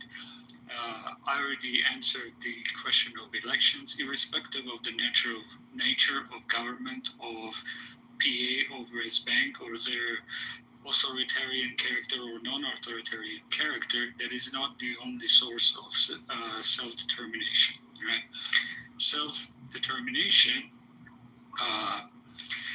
is primarily a military occupation. We're talking about Israeli behavior rather than Palestinian governance quality. There are many authoritarian states and there are many states with bad governance, right? The question is that Israel occupies a foreign territory, and in that foreign territory it institutes through military occupation a level of control, right? That is, again, according to ICJ, violation of ECHR Article 3, which would be racial segregation and apartheid. That is not through actions of the PA, that is through actions of Israeli government. Emperor, do you recognize the difference between a militia and a military? Of course. Okay, so now, based off of understanding the difference between a militia and a military, when we look at what's happening in Gaza, technically Hamas would not fall under the category of being a military. They would fall under the category, from an international standpoint, of being a militia. I think that's incorrect. I think that I'm reading it right now. That's fine. You can read it right now. But Hamas is its own government, and Hamas is military, however you wish to declare it, as a militia or a military. You would call it a military wing, but that's no different. That's no different than the militias. Than the U.S. Army. No, not the U.S. Army. Than the militias in Montana calling themselves a military wing of whatever they believe in. It doesn't like mean the National it's a military. No, not like the National Guard. It's actually smaller. So what makes the military military? Okay, yeah, the military means yeah, Ron, which go ahead. there are many arguments on this side, but we can consider both, and they have different merits for different purposes. Ron, which government's military is Hamas, or which state's government is Hamas? Hamas, the state of Gaza. The question is Gaza a formal state or is it not a formal state? It's not. Well, if you're arguing that Hamas is the government, that Hamas is the government of Gaza, there is a state. Say that again. You're breaking up, Emperor. Say it again. The state of Gaza, right? I'm saying the state of Gaza. You have to tell us that there is such a thing as state of Gaza. I mean, the question is who has the ability or the right to. I think that the issue is that they haven't declared themselves a state, right? I think as part of the issue because Gaza, Hamas, and the PLO both have observer seats of observer non-member seats of the United Nations, right? So fine, they may not necessarily be formal states, but I think the relationship is. Wait 1 second. I think that the relationship is that of Puerto Rico and the United States in this matter. Here's a difference. So here's the thing. Well, the reason why I asked that question is because often we get we get these talking points where they're like, oh, they only target, we target military sites. We don't target civilian sites. If there's not a formal military and they're a militia, that means that you're targeting civilian sites. You're not targeting military sites. So you're making a defective argument. They don't have an actual military. You're They don't have an actual military. It's de facto because they aren't a formalized state, therefore they aren't a formalized military, even though they have military grade weapons and military grade power. Therefore, you cannot attack them as if they are military just because they don't have what I'm saying. That's not what I'm saying, Ron. That's not what I'm saying. What I am saying, if you want clarification, I can give you the clarification. What I am saying, though, Ron, is this: because of the fact that they are a militia, not a military, that means that y'all are the media in general is able to paint a broad brush about anywhere that's attacked and say that that's where Hamas is. They're depicting them as a military, but who are they a military of? They're a military of Gaza, and Gaza. Listen, the Hamas is a recognized government, right? Hamas is a recognized. Is Gaza recognized as a state? Hamas is a recognized government of Gaza. Hamas is the recognized as a state? Hamas is the recognized government internationally of Gaza. They are the government of Gaza. They function as such. They present paperwork and administer as such. They have military grade weapons as such, and they interact with other countries as such. Right? The cartel has military grade weapons. It doesn't make them a state. So here's the thing. But you're saying that a military is only military when it represents a state, but that's a false statement. That's actually the international understanding. What are you talking about?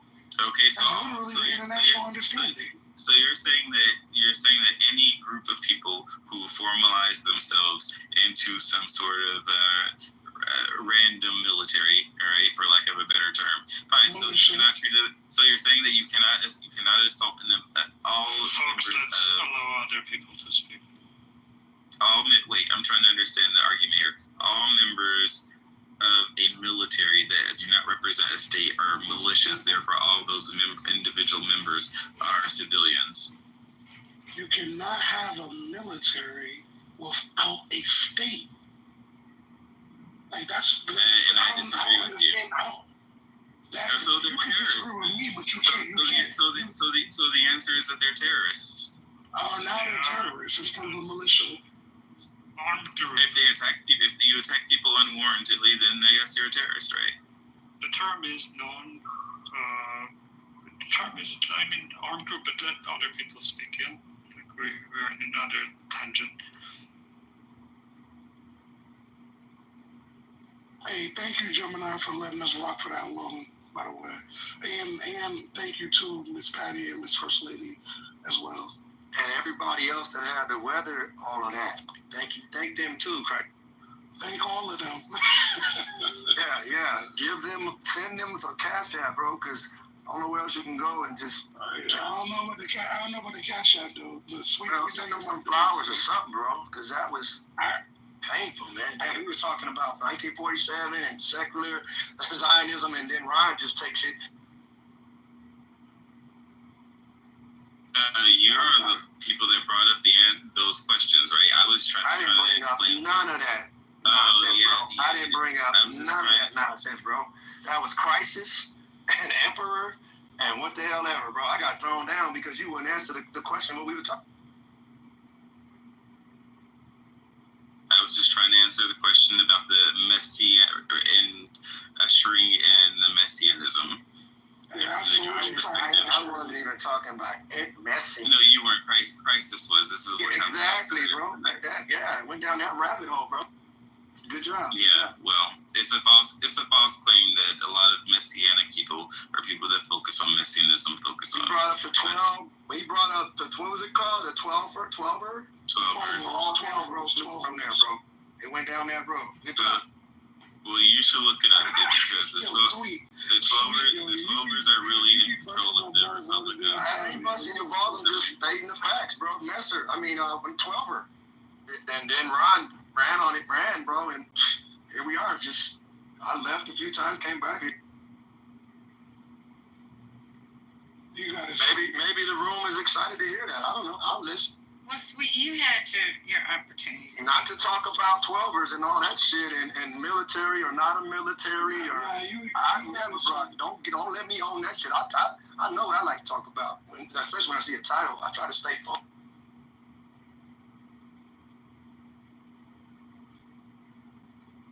Back to your point, though, sweet. Go ahead. You got it.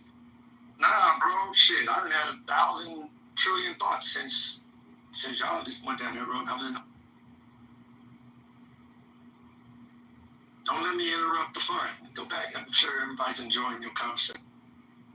The only point that me and Emperor were trying to bring up was the fact that this is not a fair exchange that's happening.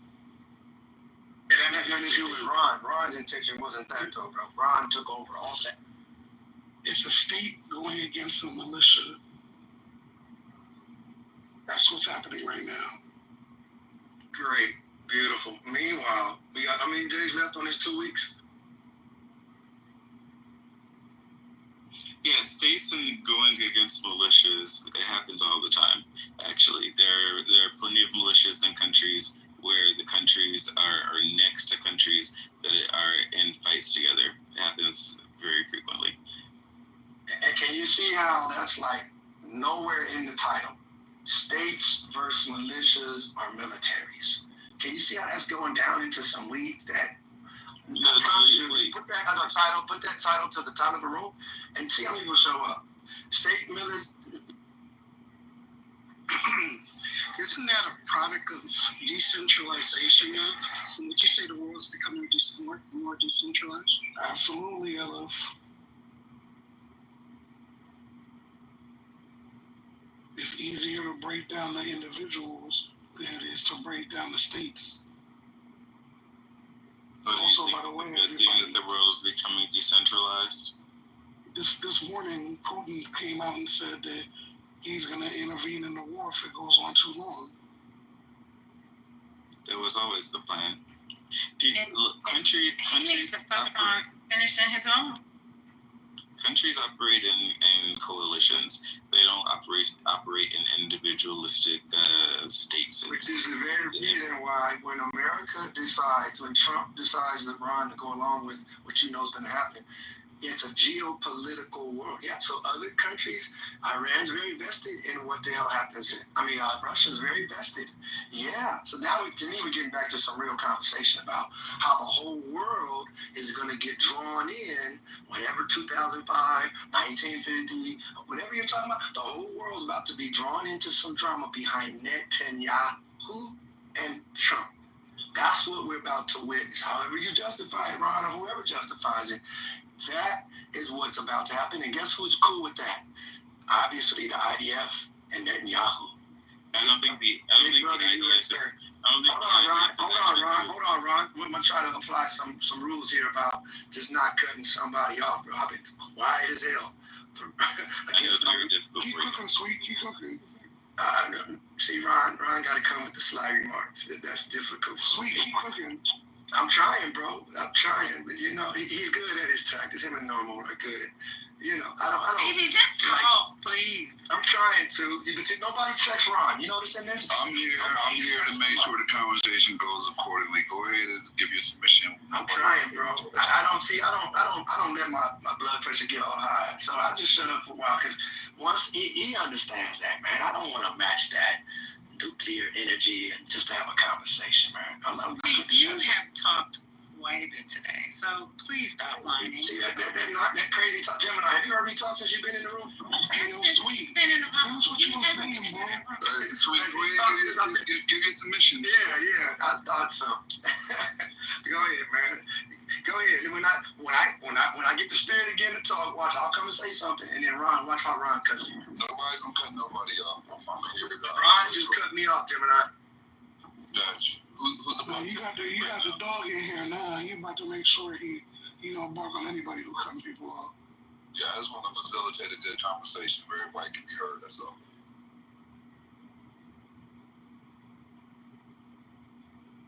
Now nobody want to talk. Nah, that's hilarious. Right? Hey, nah, LF, you're right. LF, you're 100% right. And LF, do you see the greater play at hand? Do you see what happened? So like when like sometimes somebody will give you a quote, but they won't give you what was said before or after to give you context. So when you're looking at the context, look at what happened before. Remember, about a month ago, Trump tried to divorce himself from Netanyahu and from Putin. And look at what the escalation happened to be. And then now he's coming back in and then applying more pressure on one side than the other. You know what I'm saying? Like this, I don't know how many of y'all have read The Art of the Deal, but everything that this dude does is literally in his damn book. Literally in his book. He's applying the pressure now because of the fact that he's always wanted a certain outcome. But I'll leave it at that. For Christ, do you think Netanyahu knows how to play Trump? You think he read the book? The Art of the Deal? I think he might have read the book, but I'm not really sure. I haven't come to a complete conclusion as to whether or not he's smarter, because Netanyahu is not exactly the sharpest. Is he playing America? Is Netanyahu working America for his benefit? How about that? Maybe not him specifically, but the IDF is not stupid, and Mossad specifically is not stupid. Okay, so Mossad and the IDF, are they playing America? All Americans tax? Oh yeah, Mossad has been playing America for like the last 40, 50, 60 years. You know what I mean? Since the Bay of Pigs, like they've been playing America for a long time. So a good American should just do what? Just sit back and say nothing. So I want to point out something this week. One second, real quick, Ron. I've read The Art of the Deal, and a couple times actually. And one of the things that he focuses on and hyper focuses on, and he used several aspects of that on a regular basis, but there's certain aspects that he hyper focuses on. And the one that I've noticed that he uses the most, especially this term, is boost perception at all costs. Right? Basically, I don't want to say lie, but I will say embellish to your benefit. And I think that's what's happening here. He's pushing us to the brink, even though it's not really at the brink. Is that what you're saying? Or making us feel that way. So Gemini, it's an interesting point you bring up because it also goes to how he selected his cabinet secretaries. You notice how much more media savvy they are than his last cabinet? Very true. Controlling your perception. He definitely chose people who know how to guide the narrative. Because if we look at it now, we thinking that we're on the brink of World War III.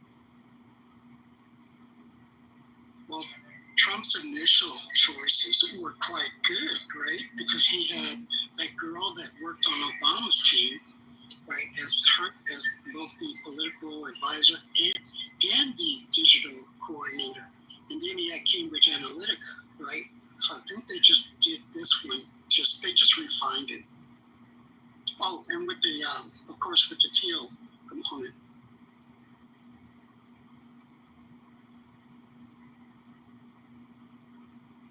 Gemini, you remember when he said to the Ukrainian president, "You have no cards"? Yeah. Was that not right out of his book?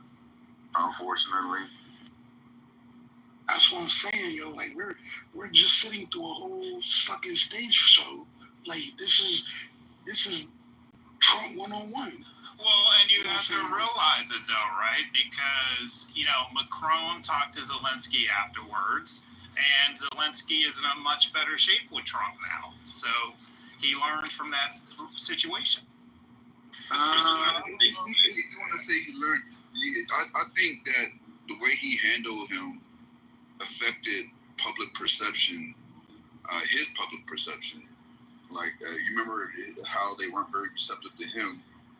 I forget which event it was, but they gave the other gentleman a standing ovation. Like, I really think it didn't do him any benefits. I don't see how that helped in any way, shape, or form. And it definitely didn't lead to anything that helped Russia and the UK come together on any level, as you can see now. Like, he even realizes that he is being led astray and that Russia has no intentions of stopping its advances. So I don't see how that helps, CEO. I just don't. So, if you think about how bad it was after Zelensky left the White House in terms of the perception on the right side of the aisle and some of the criticism of Zelensky, what I'm saying You mean his outfit? Yeah, his outfit and also his temperament, right? Those were the two critiques, his outfit, his temperament. And so, over that next month, he ended up doing a lot of things differently. You know, he did the mineral deal.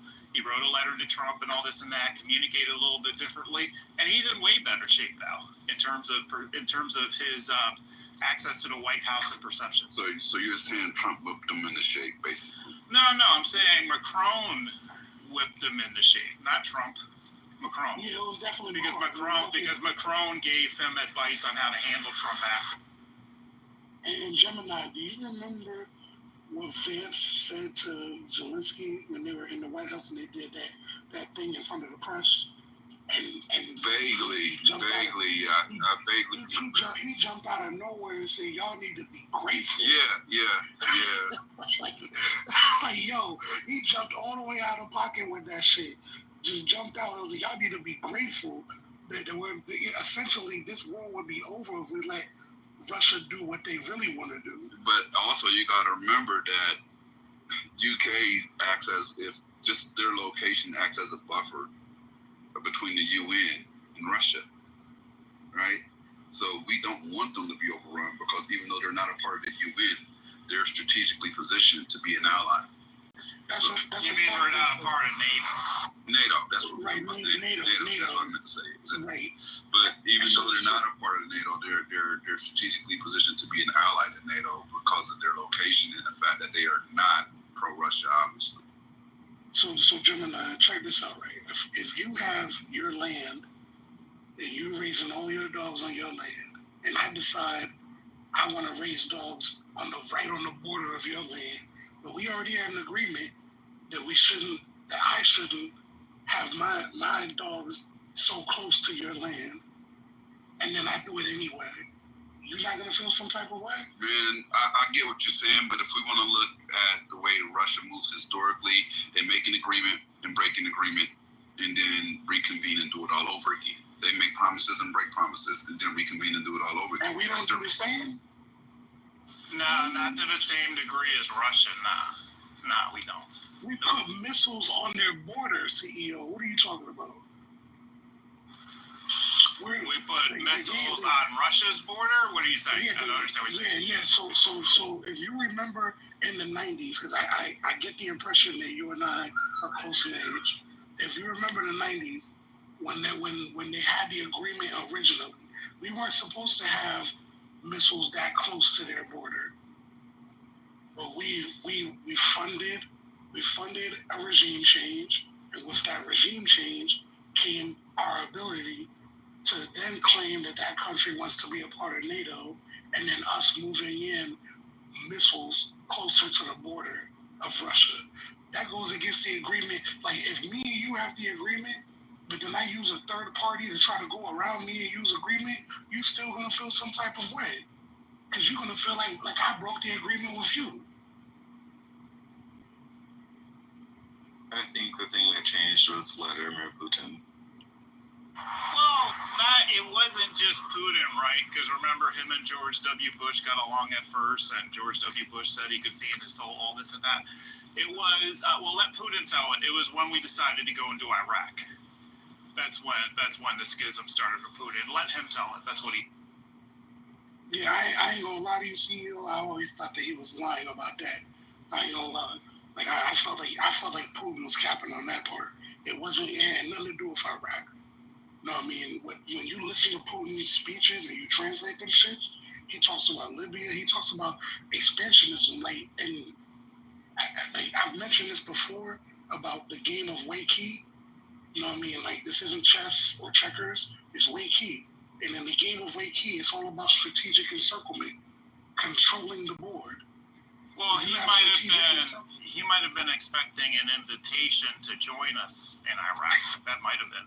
So, like Christ says, you're exactly right, and I think it's awesome that you followed it up with the kind of whole encirclement doctrine, right? Like our thing from putting anti-ICBM missile batteries as close as they could to Russia.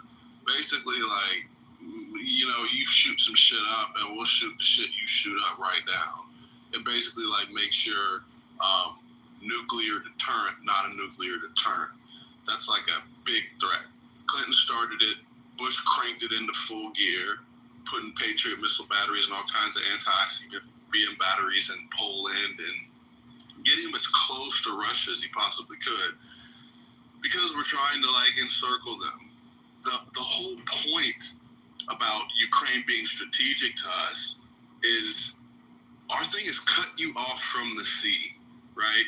That was, you know, Russia and the Tsars, that was like their big kind of claim to fame, was becoming a power in the Black Sea. The Black Sea is like a warm water port that allows Russia access to the rest of the world. When the Tsars took control of Crimea and all that, like that, we're talking back in the 1800s, that was like their big strategic boon, or like big strategic win for them. The USSR, obviously the whole Cold War happened, but at the end of the Cold War, us trying to cut them off from the Black Sea, like that was our major goal. And like that's what we do. That's what we did with Iraq. That's what we did with Iran, Kuwait. Like that is Iraq's way to the sea. Without Kuwait, Iraq couldn't get to the sea. Like that was the big thing that we wanted to do, was cut Iraq off from the sea via Kuwait and support for them. Like this is our thing, repeatedly, time and time again, conflict after conflict. What we do is we come in and we get you away from the fucking ocean. We're doing it right now. Burkina Faso and the Ivory Coast. Like the Ivory Coast is Burkina Faso's way to the sea, right? As soon as Burkina Faso fucking falls into military control under Traore, what do? We got people over there cutting deals with Ivory Coast to keep them from being able to get their shit to the sea. This is like what we do. We make sure you can't get to the fucking ocean. And that's what Ukraine's importance is to block Russia's access to the sea. So like, and this is kind of like has been our game since the collapse of the Soviet Union, right? That's why Ukraine was so fucking important. And that's why kind of keeping them contained and keeping them encircled, keeping them away from the sea was so important. And that's why that's like Russia's biggest strategic win in the Ukraine war was regaining the control of Crimea and being able to reassert their access to the warm water ports of the Black Sea again. Like that's what it's all about. Like it's just all about take it a step further. Control you. Take it a step further. What does Iran control? What does Iran control? Mm-hmm. What canal do they currently control? Oh, like the Strait of Hormuz, like the Persian Gulf and all that shit. And the Suez Canal. Yeah. So this is all. That's why I say it's all just a play. Wait, you say that Iran controls the Suez Canal? I believe Iran is. That's where the Suez Canal is, right? Oh no, my bad. I'm tripping. No, I'm tripping. It's the Straits of Hormuz. You're right. So, good afternoon, Patty, First Lady, Dr. H.A. Lisa. Y'all outside or y'all sleeping? A little bit of both. Sleeping outside is crazy. After last night, Lisa, I don't. What'd y'all do last night? Oh, wait, I thought a room was open at 4 in the morning. How late y'all go? Was it? Yeah. I was in here. If I wasn't in here, I was knocked out. My PTR was partying.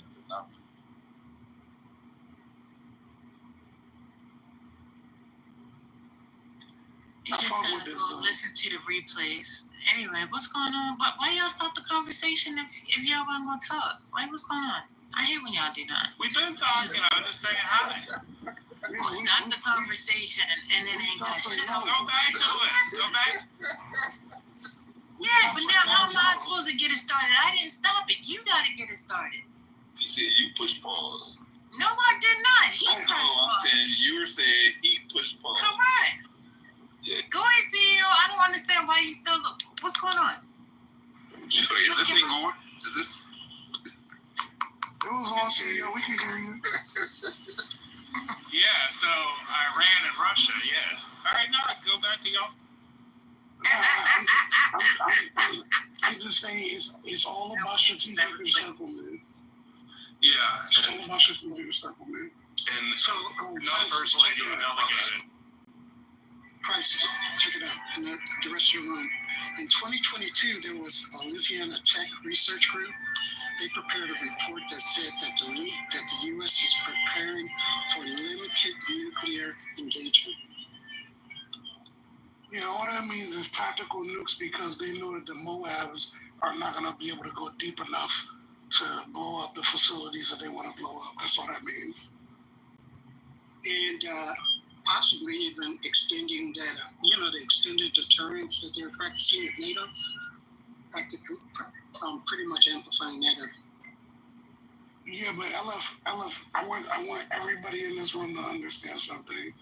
They're never going to put off a nuke in Iran, because if they put off a nuke in Iran, it means death to the majority of the Middle East.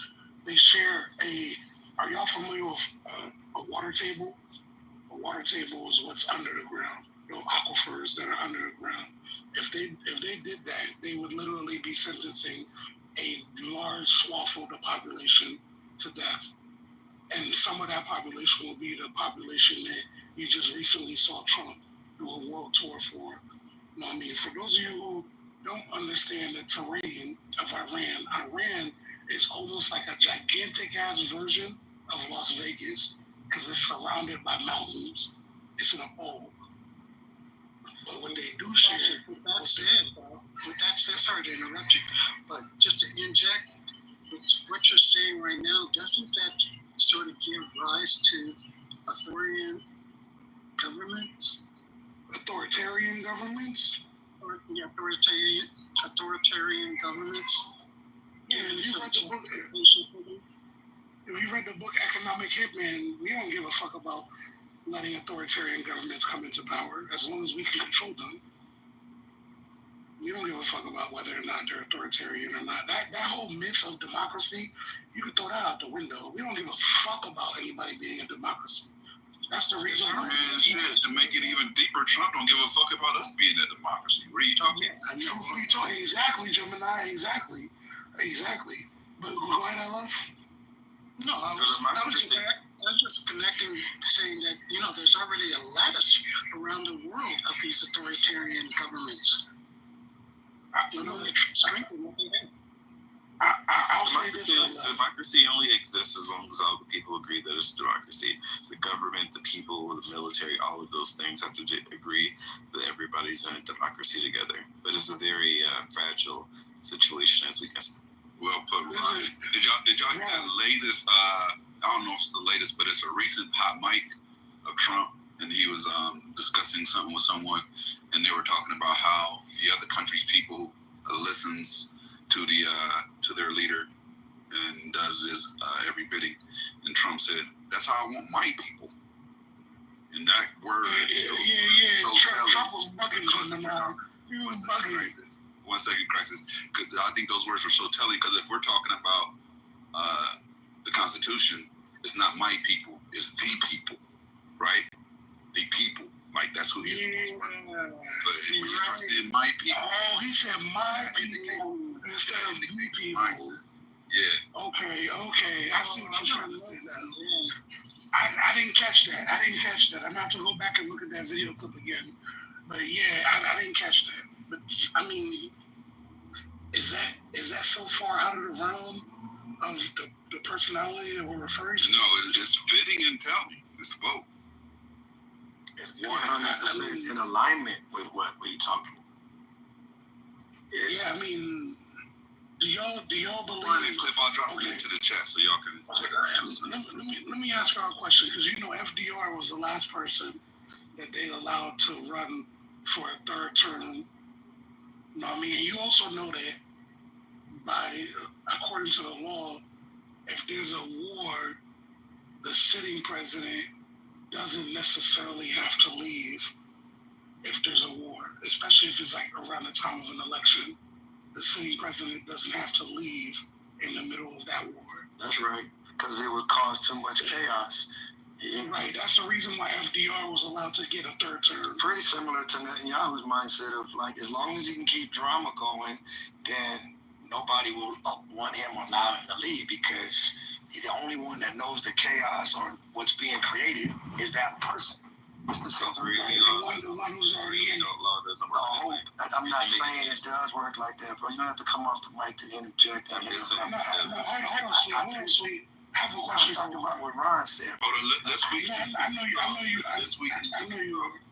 Yeah. Go ahead, sweet. Yeah, I'm just saying, man. So, yeah, again, we just having this conversation about, again, the idea is very much being played out again. Like by Netanyahu, even though the government structure and this and that is different, there's a universal agreement that if all hell is breaking loose, you don't change leadership midstream. It's like, well, shit, the only way it could possibly continue to follow any structure at all is you have to now, in an authoritarian way, let the person that's running it say, okay, this is how we're going to do it. And that's the point of creating martial law or an insurrection act, or it's creating, like in California with the governor or whatever. It's creating this sense, they got nuclear bombs. It's by creating that propagandist idea, then you get into, okay, well, go ahead. Okay, everybody release the keys to the kingdom and just let this person just run it however they want to, because they know whatever the hell they want to do. And that's that's where you have that concept, whether it's in any particular country's edict or mandate, or whether it's a very well understood concept and that's what everybody's been saying about Netanyahu for quite some time. And that's why I brought that in. I hate to spend too much time trying to defend that thought, but I was just doing that because of Ron. But back to the idea that creating this sense of martial law and this kind of sense of that, it allows, especially in American democracy situation, guys, to usurp. That's what the attempt is. Again, back to the governorship. So, but yeah, as it relates to the situation, it's like, well, I have to do this because I've been authorized, mandated to be the leader. But what's crazy, and I'll pass the mic on this, what's crazy about what Trump is doing, and everybody's calling him on it, Congress, a lot of people are like, bro, you ran. Now, immigration, that's one thing. You definitely, okay, cool, you can make that argument. I got to come in, clean it all up, get rid of everybody that's illegal. No problem in that sense. But I'm the non-war president. You're in war with Russia, Ukraine, because I wasn't on my watch. I can come in day one, stop it. This idea of, no, but we're not going to fund more money to Israel. And no, Americans don't with that, or even funding or going into another war as American troops. American is no longer what's being on the table for the next 2 weeks as I pass the mic back to Gemini and the rest of the room. Crisis. What's now on the table is the idea that no, America directly, because there's no other people on the planet that have this B-1 bomber and have to use it over and over and over to accomplish, Fordo? Accomplish the annihilation of that nuclear facility. Just to be clear, before I just want to be clear about this. There was no law against term limits before, I think, like 50 or 51. When Truman got in, it was a tradition. It was a tradition set by George Washington for presidents to leave, and so there not to be like an imperial presidency and whatnot. So that's just something that presidents did.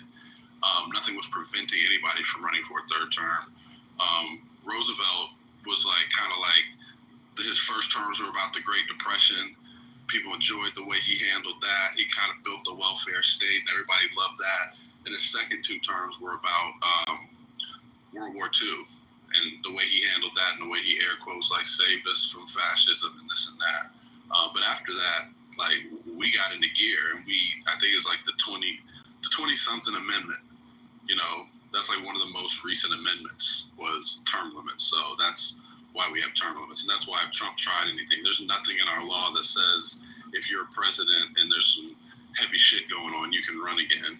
So that's just like blatantly an illegal move for him to try to run for a 3rd term. Ron, can you do me a favor? Can you pronounce the word that I put in the chat for us? If you're still there, Ron. I'm looking for it.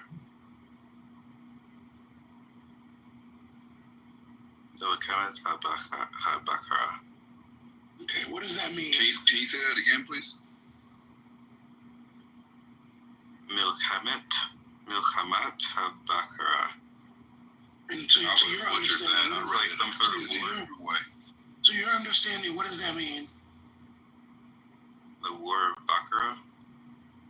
No. It means, hold on, I'm about to put it back again just so you can make sure you're reading the word that I'm referring to. It's this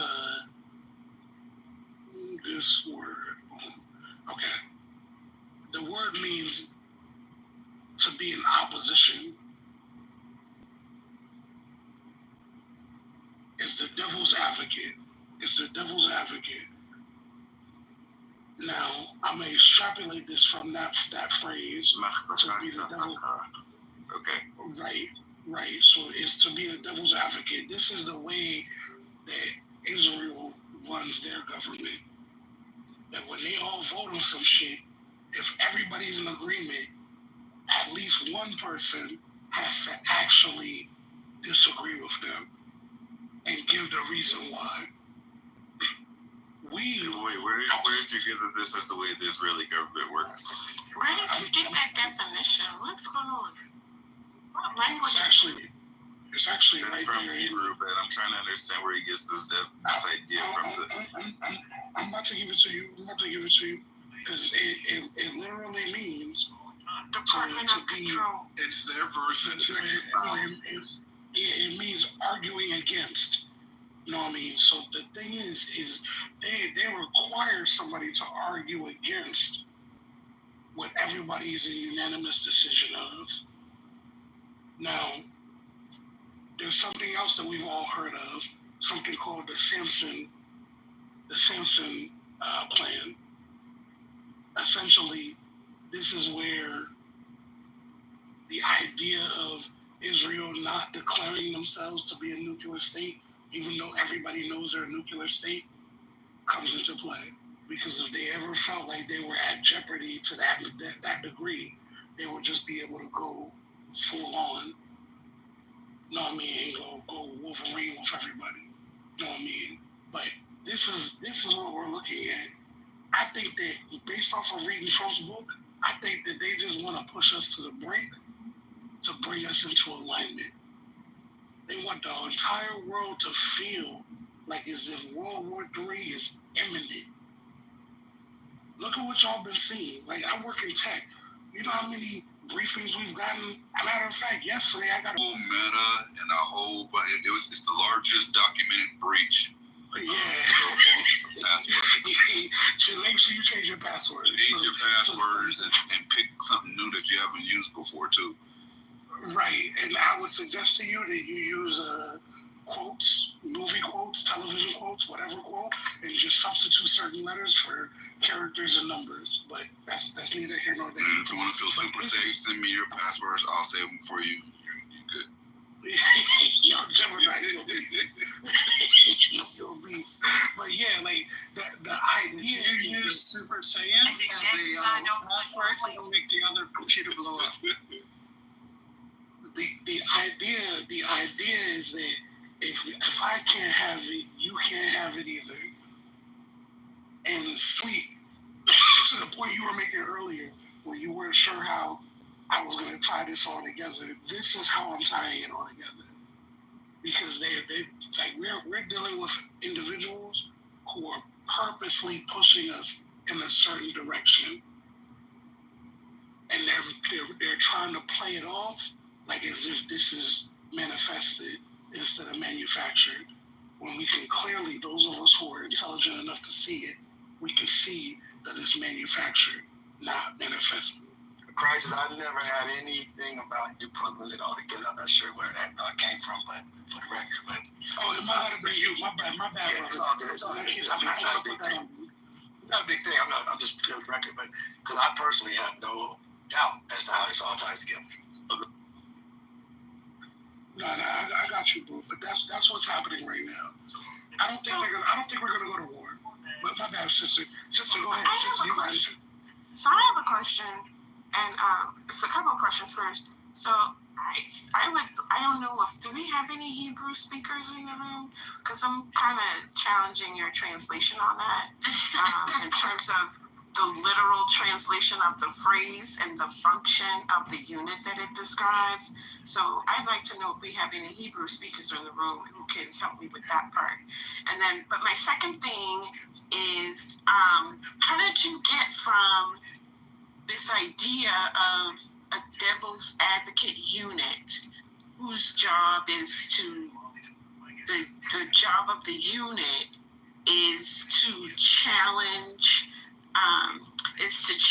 policy, to offer alternative perspectives, and to push the boundary of thinking around political policies and actions? How did you get from there to, if I can't have it, you can't have it? I missed something in that buildup. So can you clarify what that middle part is relative to Israel and its military moves?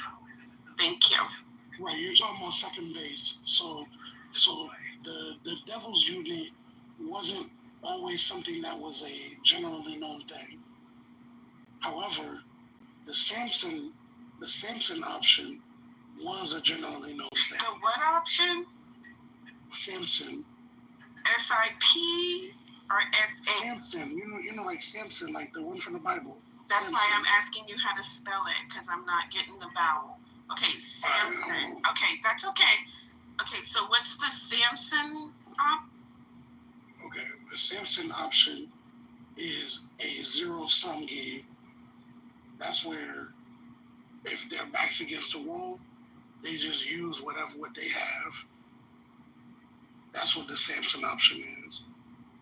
Now, somebody earlier today... Okay, hold on. I just want to make sure I'm following. Sorry. So is this Samson option, is that like the unit where it exists?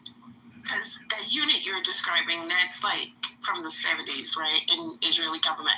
So this Samson option, is that a policy, or is that somebody's explanation of practice? It's an official... I just put it in the chat. Okay. It's a strategy. I just put it in the chat. Yeah. I'm just trying to make sure. I'm trying to discern. No, I understand, sister. Like, I'm with you. If that's an official policy or somebody's description of Israeli policy. We gotta talk, bro. I learned about that in school. Right. So they what is going on? Wait a minute. Hold on, Dr. AG. Dr. AG. Y'all play a lot. Go ahead. Dr. AG. It's described as a policy. Okay, that's what I'm trying to. And let me just say why I'm asking these questions, right? Because sometimes I know that political scientists and activists, they create like these phrases and names for things, and they describe them, and then they come into the popular conversation as if it's an actual policy, whereas it's a theoretical framework that someone's created to explain practice. So that's what I'm trying to discern. If the Samson thing is an actual policy within the Israeli government, or is it somebody's political assessment of how the Israelis have been moving and operating? I'm trying to make that distinction. It's not official. It's not. Israel won't tell you. Yeah, we follow the Samson. Like the Samson option is a thing, but they don't even admit that they have nukes. But the Samson option is literally like if our backs up against the wall, everybody dies. That doesn't make any sense. Well, that What was is option. What is back against the wall mean? Can you define it? That's a very big statement. Yeah. Hold on. I do not want y'all to redirect y'all's focus to CEO, respectfully, CEO, away from my question, which is very specific. And so thank you, CEO, for clarifying that statement doesn't make sense. Because if you are going, so it's like somebody's what is that? Yeah, I don't even understand what that even means. I'll go back and review the Samson's a biblical. I know. This is what you're not getting, sir. I know it comes from a book. Okay. What I'm asking you is, is that? Yes, by all accounts. Hold on. Let me take a breath for a second. Because my reading of it is, as a policy, right, there's no thing called the Samson option.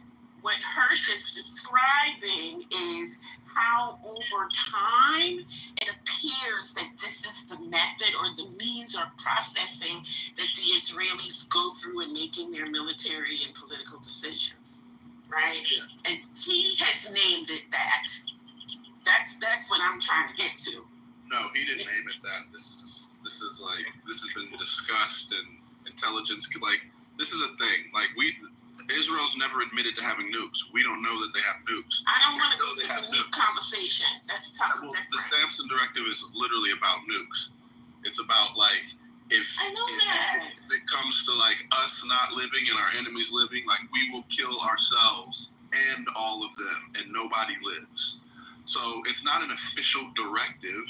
Like, just like, the Hannibal Directive. It's a military doctrine. Yeah, that's not a military. Where is this straight up a military doctrine. Come on, dude, chill out. The Hannibal Directive is also not something that's official and not published as like official Israeli strategy, but we all see them implementing the Hannibal Directive, willing to kill their own civilians, their own soldiers. Okay, now you're speaking. Prevent them from capture and being used against them. Now you're speaking my point.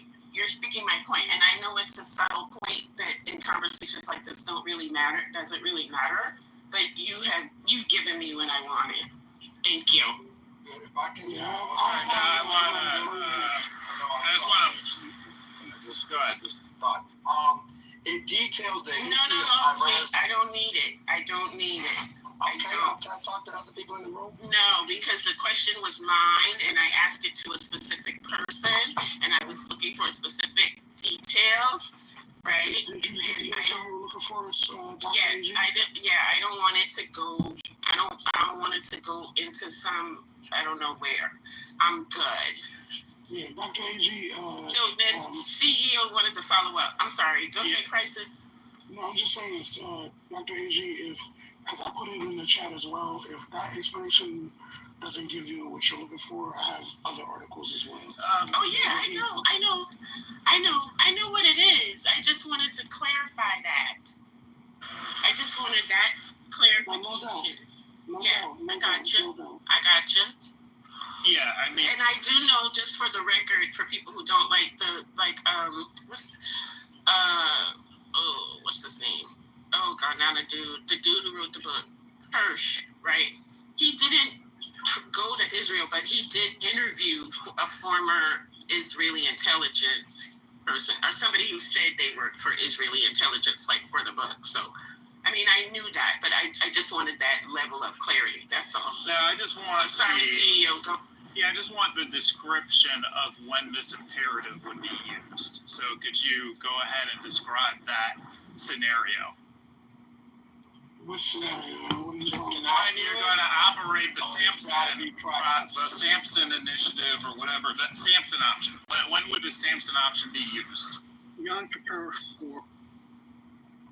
No, there wasn't nukes used. No, What are we talking about? No, they were going to use it at the Yom. Am I allowed to speak on it or no? Okay. They didn't use it, so that's not a good one. So when would they use it? Go ahead. Please stop. Where Stop Israel interrupting. does not end at the end of whatever happens. If Israel is not a state anymore, and it doesn't mean under nuclear threat, it means at any point like Egypt, Syria comes in, militarily takes over Israel. Israel's no longer a state.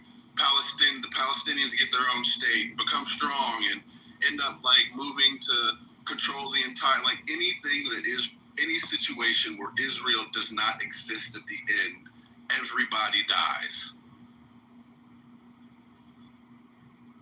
I'll take that long pause. I'm scared to talk.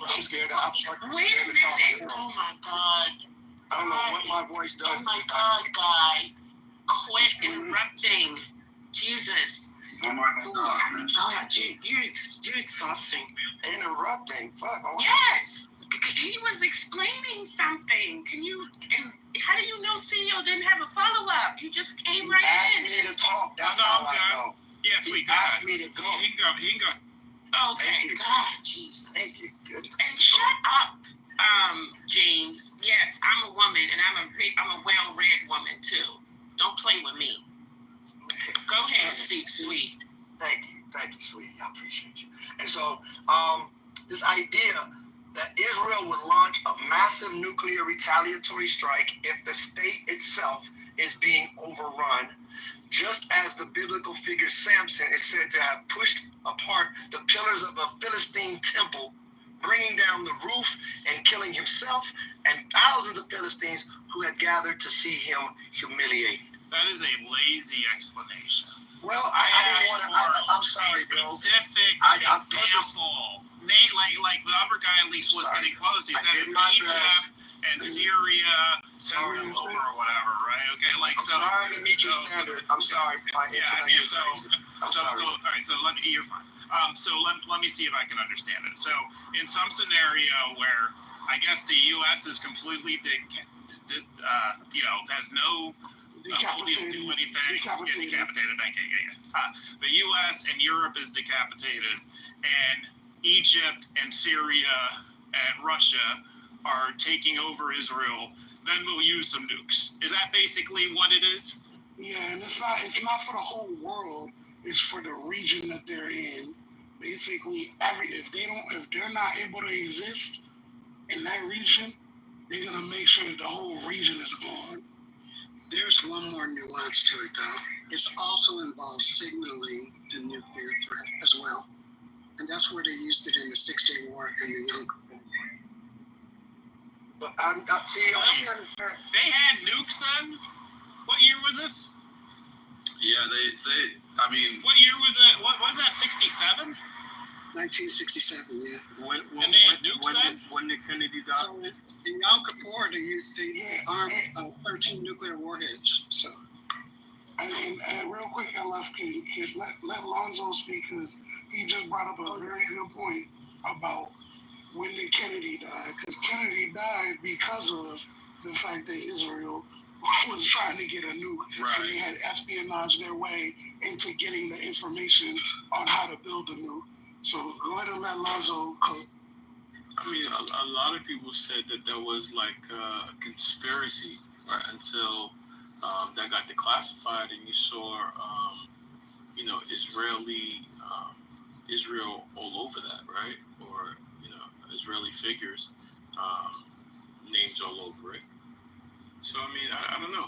Maybe there is something there. Yeah. The United States government is leaning that direction. I mean, who am I to say anything otherwise, right? It sounds Kennedy was pressing Israel to also to allow us to inspect their nuclear facilities, to like come on record about what they had, this and that, and they were adamantly against it.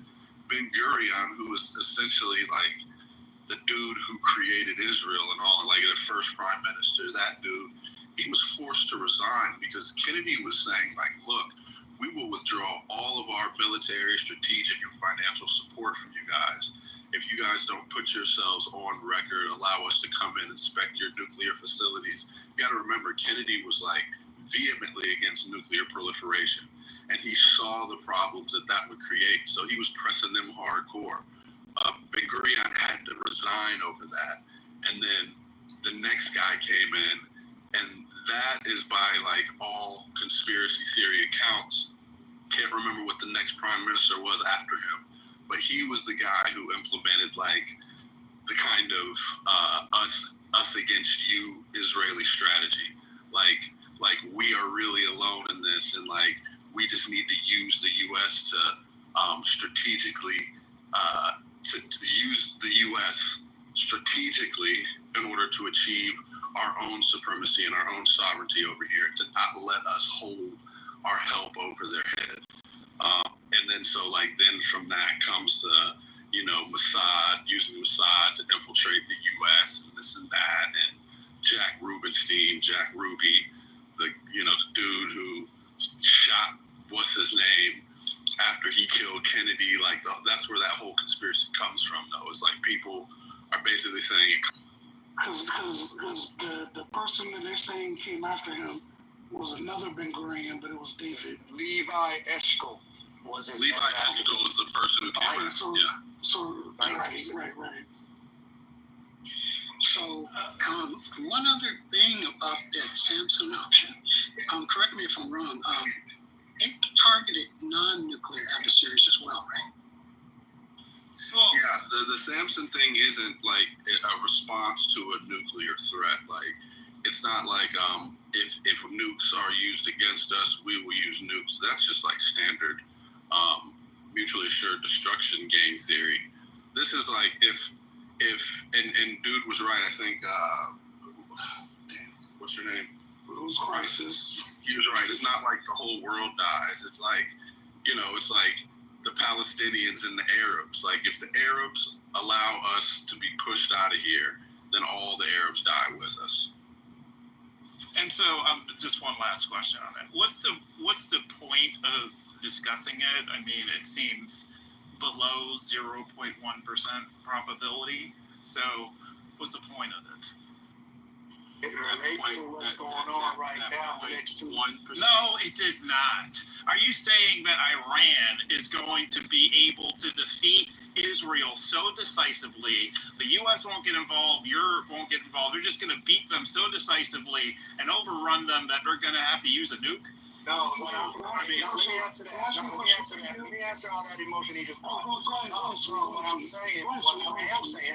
I am saying is that Israel is saying that Iran represents that to them. Are you clear, CEO? I'm not saying shit. I'm telling you that Israel is saying that Palestine and everything around them, especially now, Iran, is trying to remove them off the planet. They always say that. They've been saying that for decades. There's no difference in rhetoric. What are we talking about? It's like me saying, I'm going to come out, real quick, one thing. I'm going to come up with the Gemini option. So Gemini comes to Delaware, body slams me, shoots me in the leg, then I'm going to drop kick him. Okay? What's the difference? So look, I'll answer your question about could Israel really be defeated in a strategic way? Like, I don't know, I get that, right? And the Samson shit goes back to like the 60s and like their initial Middle Eastern conflicts, their rise to supremacy like in that area, right? Or their rise to permanency in that area. But what I see now, and this is just my take on it, is like, my thing has always been like, you guys are Eastern Europeans. Like, I was talking earlier, Netanyahu's name isn't Netanyahu, it's Milikowski. Like, all these people, like, they take these assume the identity of the Israel or the Jews that never left. Like there are Jews who have lived there, Sephardic Jews that never left, and like they are also the ones who like learned to live aside the Palestinians and who didn't have beef with the Arabs. This idea of like beefing with these people and whatever, this is like an Eastern European idea. And what I see is like when you see Haifa is empty, Tel Aviv is empty, because as soon as the missiles start coming down, the flights start headed into New York and Florida and Jersey, right? Back to Europe, France. They start going back to where they're from. Like, so, and like, when I see Palestinians getting bombed, I see them rallying.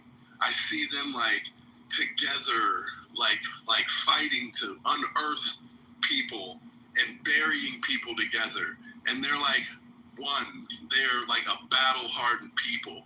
And they've got a psyche about them that's like about resistance. And this is our home. And we are here and we're gonna fight for this. When I see them, when the fucking Fatahs and the drones and all that shit start coming in, I see them eating each other. I see them kicking people out of shelters and mobbing each other, fighting to get into shelters and fighting. I see them in droves, 5,000-6,000 people at the sea, fighting to get on ferries to get out to cruise ships so they can come to Florida. Like, I don't see people that when the real hellfire starts coming down on Israel that are going to be steadfast and like all this promised land and this is our land shit. Like, they don't believe that. That's a nice land that they've gotten and they would like to stay, but they are not willing to fight and die for it. They are not willing to be completely decimated as a population like the Palestinians, where the average age of a Palestinian is like 28. Like, Israel's not willing to go through that. And when the bullshit comes, if the bullshit comes, I just don't see them sticking around and fighting. I see them all running and fleeing, and I see the only people left as the extremist people, and I see the extremist people as the only people left willing to do some shit like kill everybody. So, I think this, wait one second. Nobody's fleeing Israel. The people that you saw sitting leaving Israel were tourists that left after the bombing started, right? So Israel's airport has been closed except for emergency flights for the past like week and a half or something. But there's tens of So thousands. excuse me 1 second. Yeah, there are some people who went to Cyprus, but those are emergency flights, and there are certain emergency flights that are allowed out. And Haifa and Tel Aviv are not empty right now. They're all essentially empty. No, they are not essentially empty. I know people who live in Haifa and Tel Aviv. Nobody is going anywhere. None of the people that live there are going anywhere. And there's still tourists in Israel who have not gotten out, who are leaving on emergency flights as they allow them out. So, and no, the airport is not destroyed in Israel. They tried to attack it, but it was not destroyed. So I think you might want to check your sources, because I have on very good authority that people are not fleeing Israel. I'm putting it in the chat. I'm putting the video. Yeah, you put a video in the. You put a video in. What does it matter? People are fleeing or not fleeing. What we have here is like, Ron, you have some like anecdotal shit you believe, and I have some anecdotal shit I believe. But like the anecdotal shit I believe is like I said, watching them fight and eat each other to get into bomb shelters, not coming together. Watching them fight and eat each other. 5, 6, 7,000 people lined up on a beach and lines a mile long of people coming onto the beach. Fighting to get onto boats so they can go out to cruise ships and make it to Cyprus so they can get on a plane to come back to New Jersey or wherever. So like, yeah, are they tourists? Are a lot of them tourists? I have no idea, right? Is Haifa empty? No, there are people left in Haifa. Is Tel Aviv empty? No, there are people in Tel Aviv. But as a vast majority of the civilian population gotten the fuck out of Haifa and gotten the fuck out of Tel Aviv? Absolutely. And so, like, anecdotally, if I'm watching Haifa empty out, air quotes, empty out, Tel Aviv empty out, and I'm also seeing tens or thousands and thousands of people, upwards of like what to me visually looks like almost 10,000 people on a beach fighting each other to get on the ferries to go out to Cyprus. I'm going to say, like, people in Haifa are trying to get the fuck out of Israel. People in Tel Aviv are trying to get the fuck out of Israel. Like, that's just like anecdotally. Like, but you're right, I have no solid proof. Yeah, but why is this even hold on 1 second. Why is this even a debate? People want to leave places that are being bombed. How is this a revelation? Yeah, I guess what he's trying to say is, you know, on the one hand, you see that the people in places like Palestine, right, that feel like this is their home, right? Many of these people feel like they're descendants from the people that was there even prior to any Jewish person in that area, right? These people could have easily left. For 2 years, these people could have left. Easily left? Yeah, They could easily leave. Let Lonzo land. Yeah, these people could have easily left. That was the whole thing, right? Unless Ron, you're gonna say it was a genocide and these people just had no other thing to do but just die, right? So the option was to leave and come back, right? Possibly, or to stay. And no, that is not the option. Right. So Lonzo,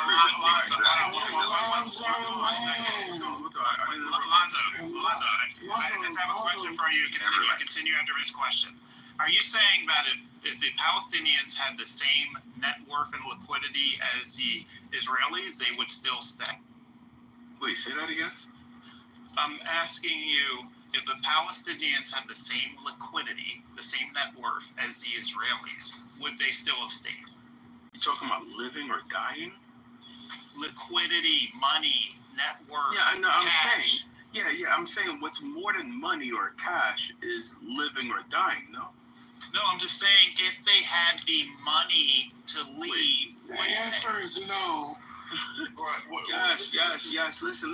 The fact is, right, what's greater than money is life, right? Because you can always get money back, right? Many thousands and thousands and thousands, hundreds of thousands of these people stay because they believe wholeheartedly that this is their home. Now, I put a few videos in the chat. I could put probably like 15 more, right, of different documentaries that are being made of these people calling everywhere else home aside from Israel. When when everything happens, right? When we're faced with either staying and dying on said quote unquote promised land, or that land, these people or many of these people are doing things like turning these bunkers to anti-Semitic bunkers, right? Because you're kicking your fellow sister and brethren out, leaving them to die. Many of these people are fleeing. In fact, they're fleeing so much. One of the heads of Israel, I forget what was her position. I'm sure Ron will be able to tell us. Said no, you can't leave. The only way you could leave if you're somebody on vacation. And we know other people that's lived there for years, and I have more documentaries, are saying, no, I'm getting out of here. This is crazy. No, Lonzo. More than just people vacation. Yeah, Lonzo, check this out, Lonzo. So here's the crazy shit about what's going on right now with the people who are trying to flee. Can I respond to that real quick? You're real. I'm gonna keep it in 60 seconds. So to your point, Lonzo, you're right. And what you're finding now is that a lot of people who are not able to physically leave. There was a brother in here earlier who specifically, he was talking about how he's like Kurdish, right? And he said that he's not Kurdish in just the broader spectrum. He knows exactly what village he's from and all of that. He has 14 generations buried on the same land. The only person who's not buried on that same land is his father. So these people don't have any inclination of wanting to leave that land. They're going to stay there regardless of how hard it gets. So so I understand what you're saying, because the ones who feel like that's their land, they're not going to try to leave. That man was not curious. He was Palestinian. His father's family was from Naples and his mother's family was from Haifa, and then they ended up in Jordan after, like, I guess 1967 or something like this. But anyway, as far as when they got ethnically cleansed, yeah, he was not Kurdish. No, the ethnic cleansing that you're talking about was after 1948. Thank you very much. I'm sure it was. And the way you call it, it was in 1967. 1967 happened because got stolen. Come on, there was a war. Conclude this thought, man. Yeah, thank you. The grace. Yeah, so the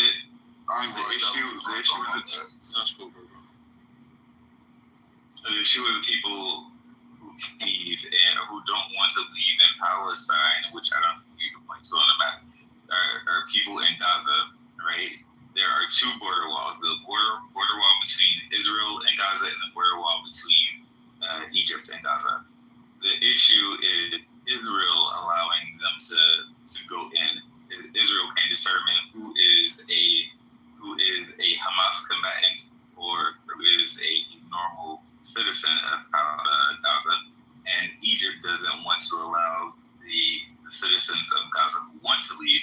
Many people want to leave. You can see videos of those, right? You see people saying, "I want to leave." They won't let us leave. People are trying to escape because Egypt doesn't want to take them in as a refugee crisis, or at least let them step right across the border, the innocent people, into the Sinai Peninsula. Why? Partially because they're afraid that if they do, the people who are Hamas supporters that are amongst them would join the Islamic Brotherhood or Islamic Jihad, one of those terrorist groups, and that will create a bigger problem. Is that people do want to leave. Unfortunately, the people in Gaza cannot currently leave. Okay, hold on. Let me Ron Lazo. Let me just give me 1 second, brother. Or, right, could it be that places like Egypt knows, and Egypt is taking so many of them in, because of different stages of this ethnic cleansing that's been taking, place since 48. Or could it just be because they realize if Egypt takes all of them in, these people would never have a home to come back to. And they know the tricks. They know the play. No different than all the homes, the lands that people lived on for centuries. So right?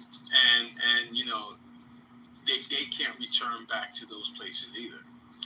So this is my speculation. This is a fact. There's been too many documentaries saying it's a fact. Too many documentaries and speculation. What was that famous model?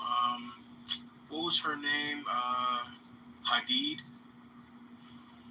Yeah, like she literally Bella Hadid. When she literally said that she took some Israelis and some Jewish people in her home.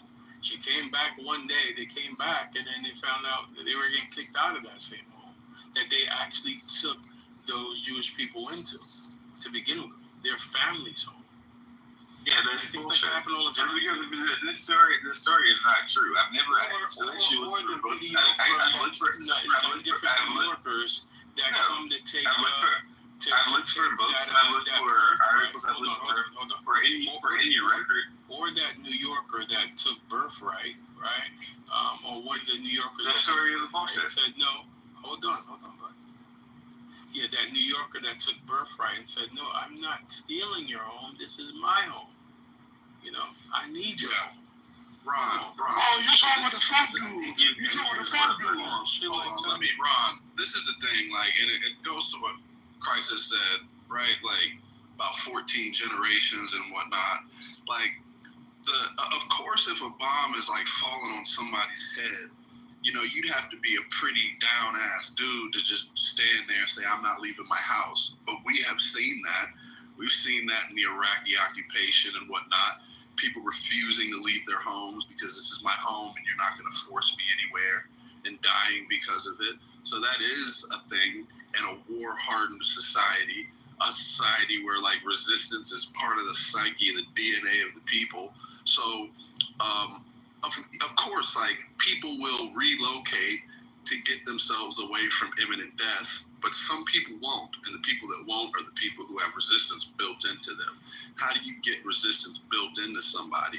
Like, if any population would have that built into them, I think it would be the population whose average age is like 28, where like their entire family has been wiped out, and they vowed vengeance and vowed resistance against the people who have murdered generations of their family for the last 75 something years. Like, if the question is like, are you telling me if Palestinians had money, like they wouldn't leave? Well, like, some people would leave and they would come back. Like, to me, that's like why the two-state solution is unacceptable to Israel, because as soon as there is a valid Palestinian state that the entire international community recognizes, do you know how many Palestinians from all over the globe that have been displaced will return home? Like, that's what they're scared of.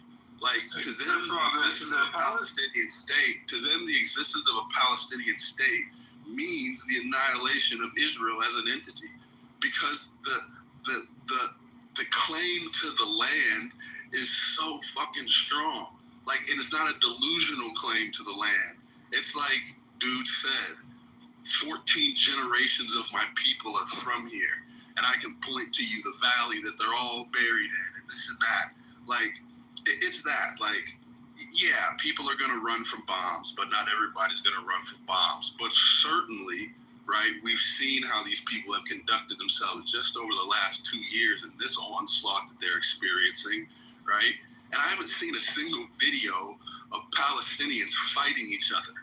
Not a single instance of, not even one Palestinian fight. Like, you would think crime doesn't exist in Palestine. You would think crime doesn't even exist over there, the way these people fellowship and take care of each other.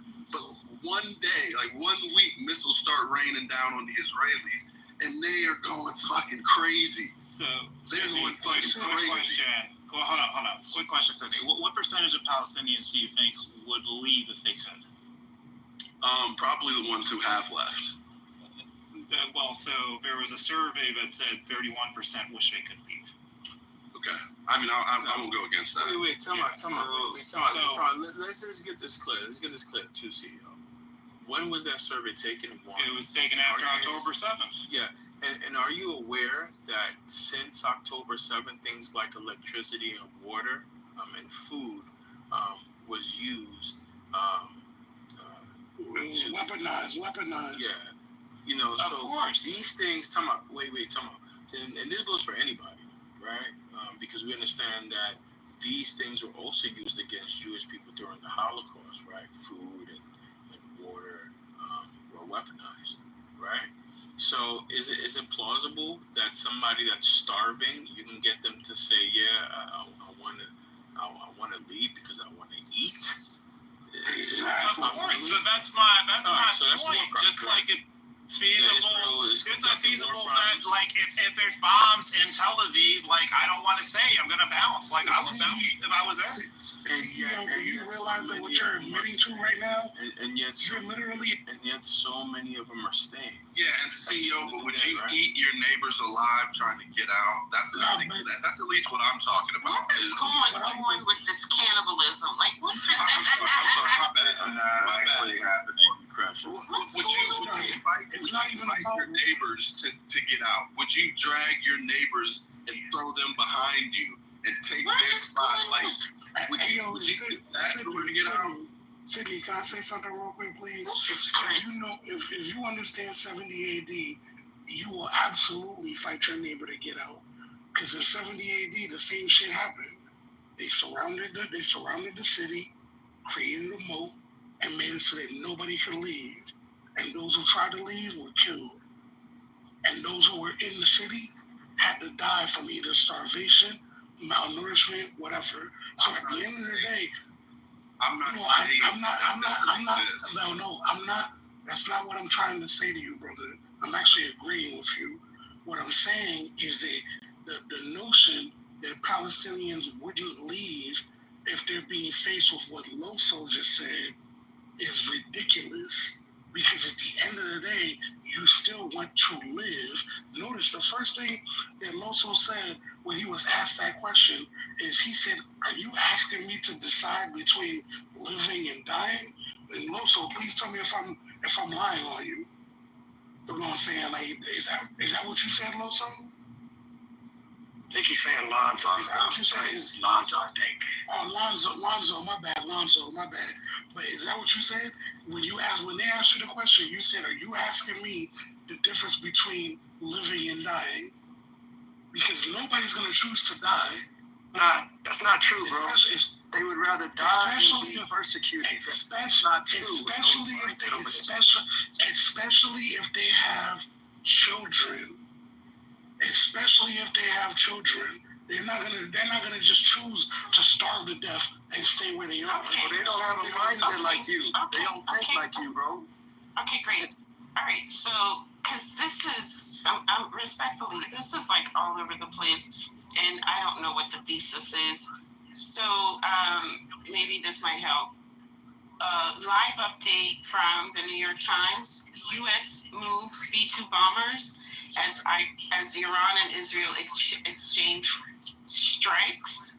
Several U.S. Air Force B-2 bombers appeared to have taken off from a base in the United States and were headed across the Pacific as President Trump was scheduled to meet at the White House with his national security team on Saturday evening to discuss joining Israel's attacks on Iranian nuclear sites. Air traffic control communications showed the B-2 aircraft, which can carry the 30,000-pound bunker buster bombs Mr. Trump is considering dropping on Iran's Fordo underground nuclear facility, taking off from Whiteman Air Force Base in Missouri. The destination of the planes was not clear, though one air traffic control message suggested they were en route to a U.S. airbase on Guam. Moving planes does not mean the president has made a decision to strike. It is not unusual to shift military assets into position to provide options, even if they are not ultimately deployed. It is also possible the U.S. purposely allowed the public to know about the movement to pressure Iran to come to the negotiating table. Okay. Thoughts? Dr. AG, you know what's happening? You know what we've learned in the last 2 weeks? In the last 2 weeks, we've learned that Iran has the ability to penetrate the quote-unquote Iron Dome. We've learned that in the last 2 weeks. Okay. At the same time, What's that got to do with her comments? But this is what I'm I say focus. Hold on, crisis. Thank you, CEO. I want to just directly focus on the breaking news updated 3 minutes ago that the U.S. has moved these B-2 bombers. What are our thoughts on that? And if we could do that without going back to the 1940s, 50s, 60s, 70s, I'm definitely not talking about the 40s. Yes, if we could do that. Okay, let me get to a period, sir. Menopause notwithstanding. If we could do that without going back in time, that would be great. Thank you. So, I would like to know, Dr. A.G. got started a year ago under U.S. Air Force. If you look up U.S. Air Force Task Force 21, it's a new program under the U.S. Air Force, right, to have airborne task forces, right? So they started flying Air Force bombers, B-52s, right, and the new prototypes from Louisiana and Minot Air Force Base in North Dakota last year to Guam, right? So this is a continuation of that. That was one of the first things that Trump did when he got into office, right? He started relocating about a dozen new B-52s to Guam. So the issue they are discussing, right? And so I posted in the back chat these stories about him considering nukes. So what they're discussing is whether they were armed, right, with these bunker busters or these low-yield tactical nukes. I'm sorry. So your sense is that this is part of an ongoing strategic exercise that may not be related to this specific Israeli-Iranian conflict. I'm sorry. Yeah. Yes. Okay. To my understanding, every 6 weeks they send them down, but they send an extra amount of bombers with this deployment. Okay, gotcha. Thank you. My thought is that even if that's the case, my thought is, what does Iran think about it? Because if we know about it, I'm sure they have enough intel to know about that movement as well. So I doubt seriously they're not looking at it as an escalation of that, okay, the U.S. is going to do this. And I think, like anybody would do, if you think that your house is about to be ran through or whatever. Let me just get clarity before you go with the analogies. And I don't know, you guys, y'all need to work on the metaphors, but what do I know? But let me just say, so you're saying that the Iranians, that they will see this as a continuation of the exercise, or that they will see it as something new and threatening? I wasn't clear on that. Okay. That it was not clear. Let me make it clear. I'm sure they've heard about this 2-week notice that Trump gave. And then after that, now, a couple of days ago, he did that. So now they're learning today that what we just heard about that information, that movement to Guam, which is a lot closer wherever.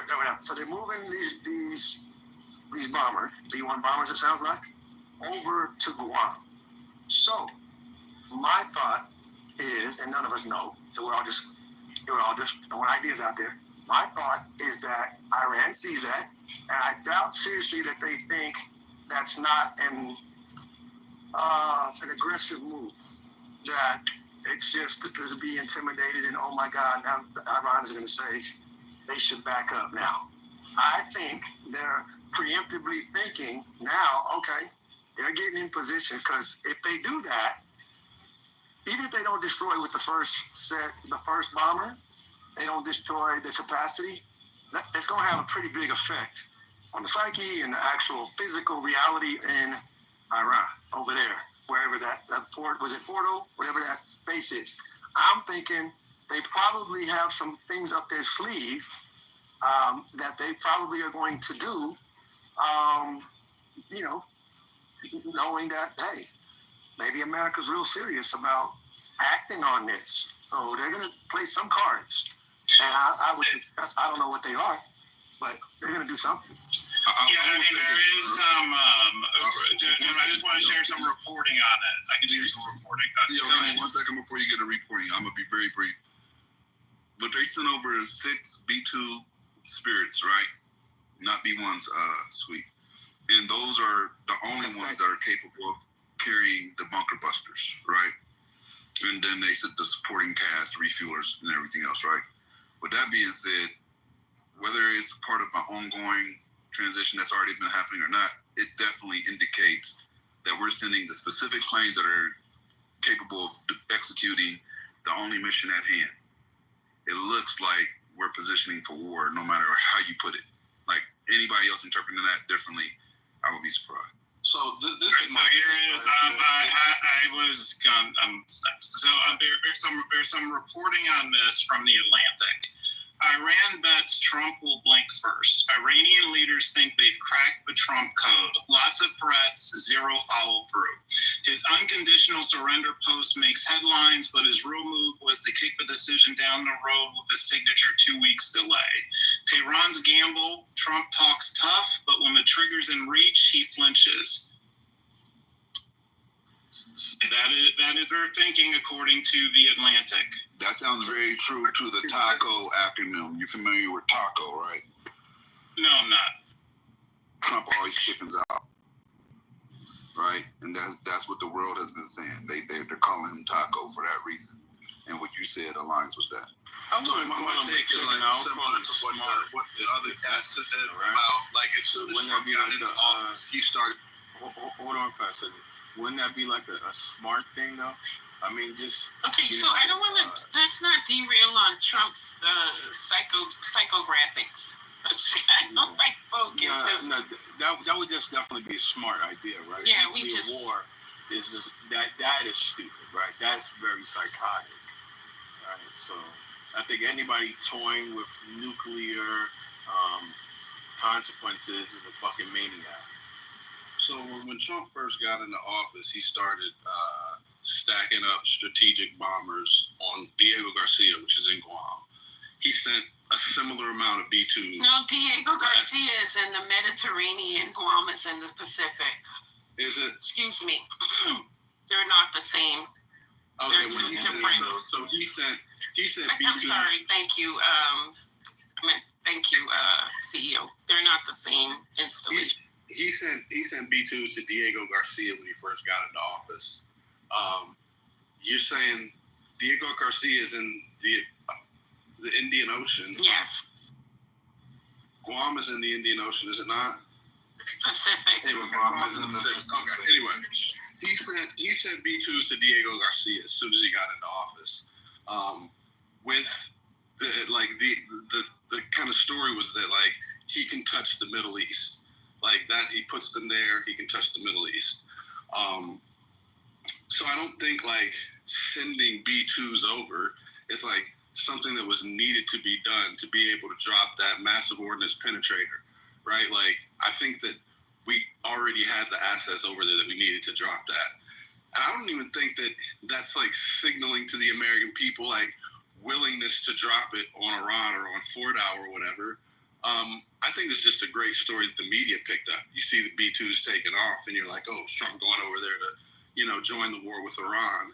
I also don't think the U.S. gives zero fucks about stopping Iran's nuclear enrichment program. I mean, to me, that's evidenced by the last literally 40 years where we've allowed them to enrich at will, basically. I think that this is stacking up to basically degrade their ability to launch missiles and touch Israel. We found out in the last 2 weeks or so that the Iron Dome is not useful against these attacks. The Arrow 3, they've got 3 tiers of kind of anti-missile defense, and Iran has shown that they can penetrate all 3 tiers of that. I think that this is literally just to help Israel, because the main majority of Israel's strikes are not on nuclear facilities. They're targeting the launchers and the sites with these hypersonic missiles and drone launches and whatnot come from. I think we're just going over there, and if there's any strikes, probably we'll hit Fordow.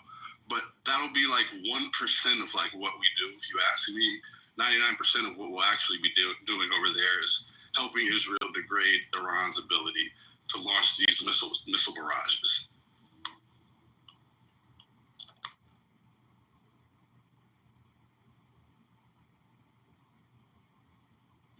Dr. AG, what is your thoughts on it?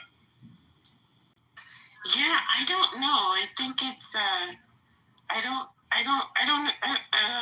really know how to read it. I think it could be as simple as quote unquote saber rattling, but I think it could also be something that exacerbates tensions. I haven't really decided how I think about it yet. No, I think that's right. It's saber rattling until it isn't anymore, right? I think that's what it was.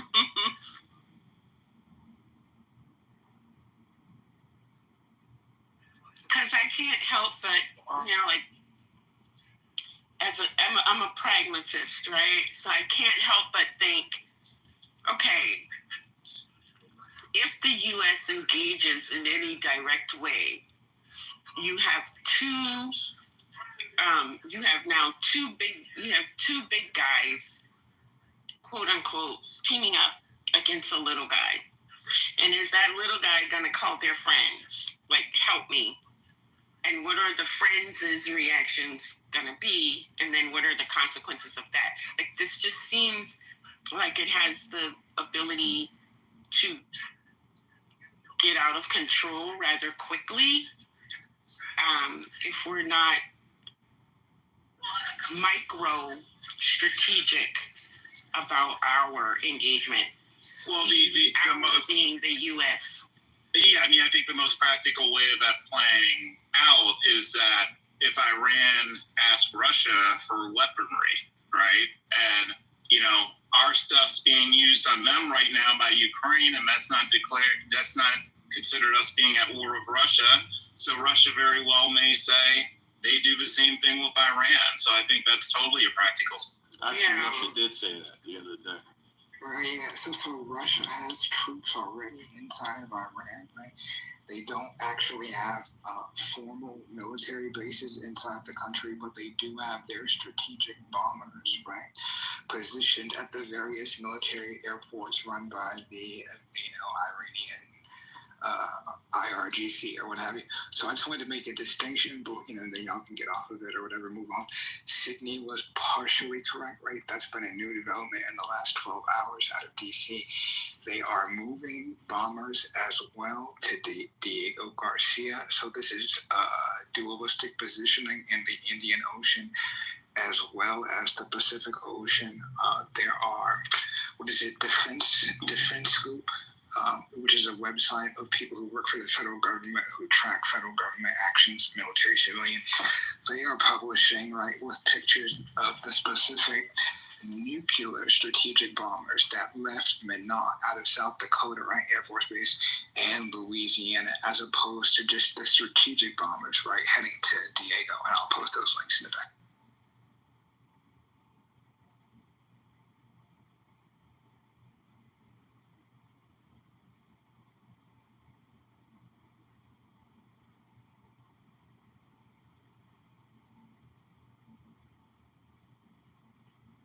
As far as like escalation goes, I mean, I heard reports, this is like several days ago, of cargo plane, 747 cargo planes that left China with Luxembourg as their destination.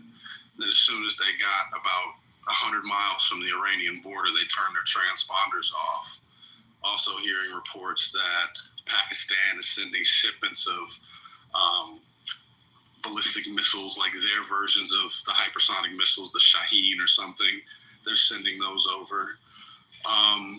And the story the specific story that I read was that it's looking like, because Iran's launch sites are these mobile launch sites. So they're having these mobile launchers destroyed, but apparently Pakistan is replenishing them with these mobile launchers quicker than the Israelis can destroy them. And so the United States estimated that as far as these hypersonic missile capabilities, Iran only had about 1,000 to 2,000 of these. And the intensity with which they're sending these things over to Israel, they're having to completely rethink that. Either they're getting replenished quicker than they can shoot them, or they had way more than we thought they had from the start. So now estimates are saying they have upwards of 10,000 of these hypersonic missiles, or a ballistic and hypersonic missile mix. So, yeah, I think Pakistan definitely got Iran's back. China seems to have Iran's back. Russia and Iran seem to have signed some kind of 20-year mutual defense treaty very recently. I also know that Putin released a statement that says, we have thousands of nuclear scientists in Iran and they're not going anywhere. So it's kind of really gearing up to be potentially the kind of conflict everybody thinks it's going to be. So when you're talking about the Chinese hypersonic, are you talking about those DF whatever things that they have? I don't know about. Is that what you mean? I don't know, and nobody knows what was on the ones that they tested 3 or 4 years ago. Yeah, because that's kind of the thing is China. That's kind of the thing that made me scratch my head recently, was finding out that we were way behind in the hypersonic missile game. Yeah. But yeah, apparently China and Iran are the preeminent hypersonic missile manufacturers, and they do it domestically. So like people are coming to Iran for hypersonic missile technology, and Iran is selling their hypersonic missiles on the international weapons market and whatnot. So like they're big players. Like, and we've seen in the last couple of weeks, or the last week at least, like their shit is no joke. Like those things move. And the thing that's so dope about them is that all they got to do is just tweak their glide path. That's what makes them so deadly, is that they're traveling so fast that when these like David anti-ballistic missile systems and the Arrow 3, they've come up with a firing solution, and they only have a limited amount of fuel to reach their intercept point. And so they're launched with a specific firing solution based on the glide path that they see this vehicle taking. And all the missile has to do is tweak its path slightly by a few degrees, and then 2 minutes later, tweak it another few degrees, and it's like they've escaped interception. These things are moving at like Mach 14, insanely fast. And, you know, if you get your firing solution wrong, or, you know, if the glide vehicle alters its path, like your interceptor just can't touch it after that. So. Yeah, I read about that in, I think it was National Security Journal, like a couple months ago. They were talking about, I didn't know they were Mark 14. I thought they were like 7 or 8, but well. They range depending on the warhead that's attached to them, or the weight of the warhead. But like the Fatah 1, at least, which is supposed to be the older version that people technically don't classify as hypersonic because it's in question what its ability to actually change course and its glide path actually is. But the Fatah 2 definitely is hypersonic. People say they were launching the Fatah 1 in order to deplete the Iron Dome munition supplies, and then following that up with the more advanced ones that they could get through. But I'm kind of rambling now. The Fatah 2 up to Mach 14. And China has gangster anti-ship missiles designed specifically to take out like carrier group assets and whatnot that are reported up to have speeds up to Mach 27. So like insanely fast weapons.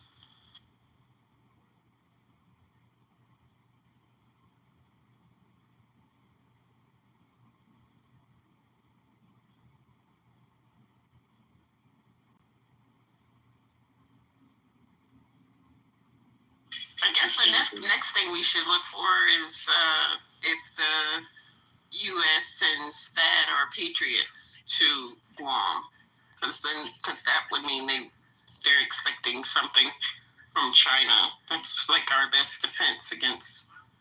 Yeah, they're trying to move like 2 of their big boys to the South China Sea recently.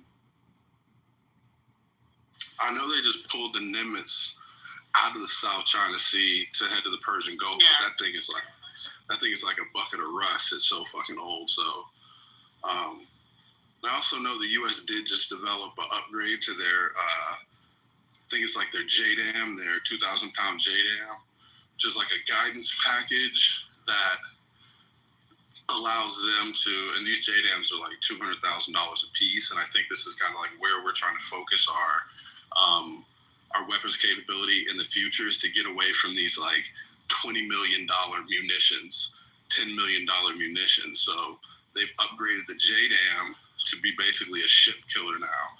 So you can drop them from extreme height, 40, 50,000 feet, and guide them down where they don't drop on the deck of the ship.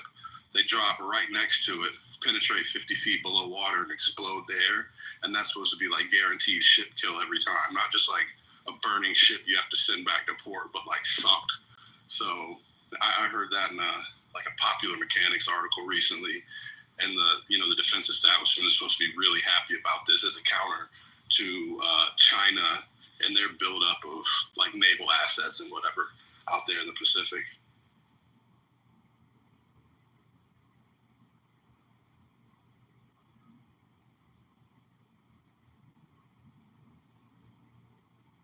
I feel like the hypersonics are the answer now to those big crafts, right?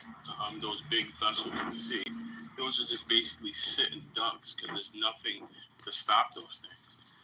So if you get your position, tight enough, it'll cut right through like butter.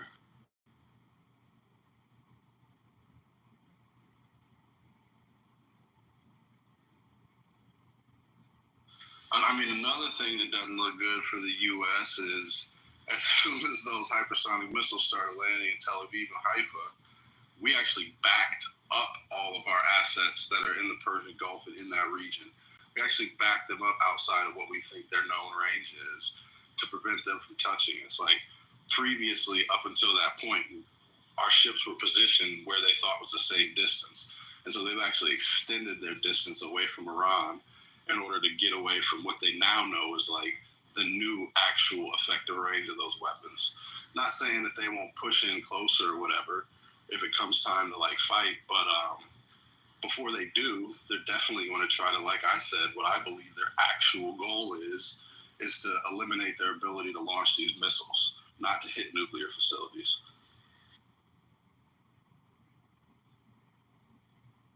Did y'all hear where Bill Clinton was talking about how Bibi was like 2 votes shy of getting reelected or impeachment or something like that? And that's when he launched that last attack. I did see Clinton say that. Yes, Clinton's theory is that he did this to stay in power, and a lot of people think that, but it's very powerful that a former president actually came out and said that publicly. So these things aren't conspiracy theories of big heads of states and presidents that's had relationship with this guy, for decades.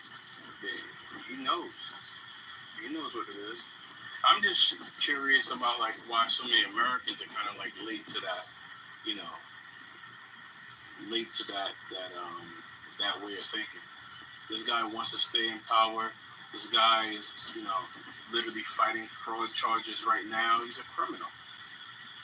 This guy is literally a criminal, and I hope Trump doesn't take his path, because if you're a wartime president, you got to stay in there. There is a way that you could stay in there. That's kind of interesting.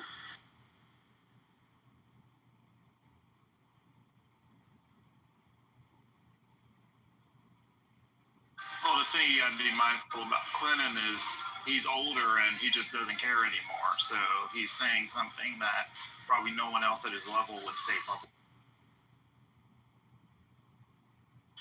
It's funny, the caption I saw in that video was like something like, it's funny what you're willing to say when you know the Epstein files got erased.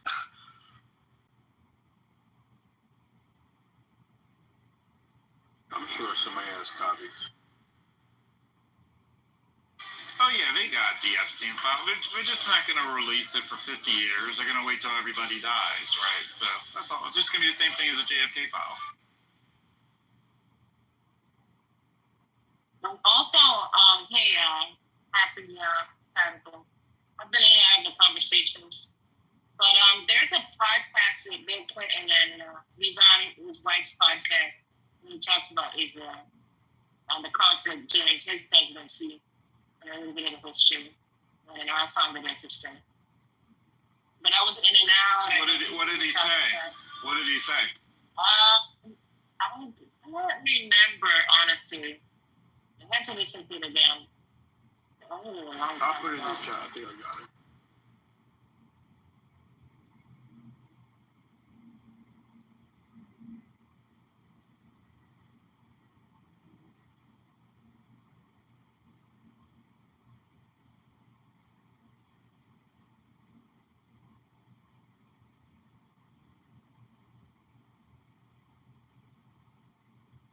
You asleep? Yeah. What up, First Lady? I just came. What up, first? I was trying to figure out what y'all was talking about. I was lost in the Hey. I was lost in the sauce of So, Patty, I had just read the announcement from the New York Times that the U.S.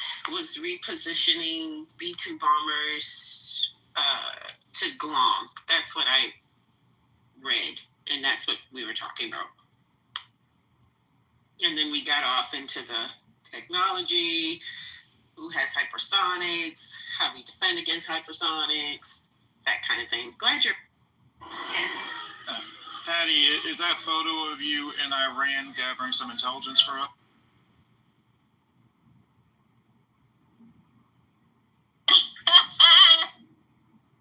I mean, it makes sense to pre-position them in Guam because we have pre-positioned a warehouse there. We pre-positioned, we're trying to pre-position ammo in Micronesian islands.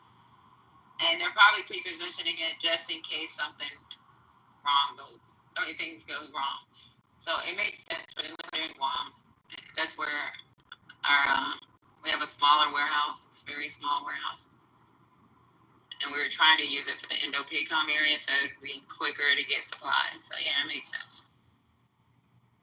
Does anybody have any thoughts on, like I heard some Israeli defense minister saying that they've got something planned coming up real soon that'll make that beeper shit look like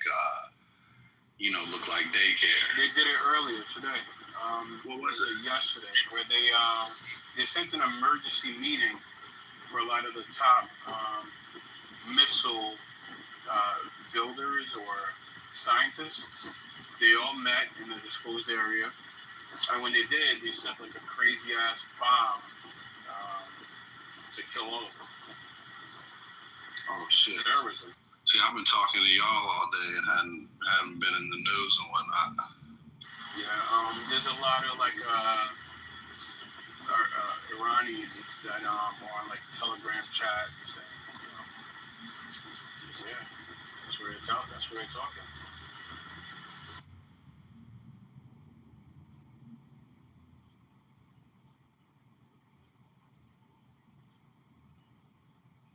And there's definitely, apparently, allegedly, they said there's going to be some big responses. And I think one of the Mossad leaders died today. Maybe coincidence? But there's been like a bunch of targeted attacks at a lot of these people's homes. And apparently he died. If there's any Israelis there.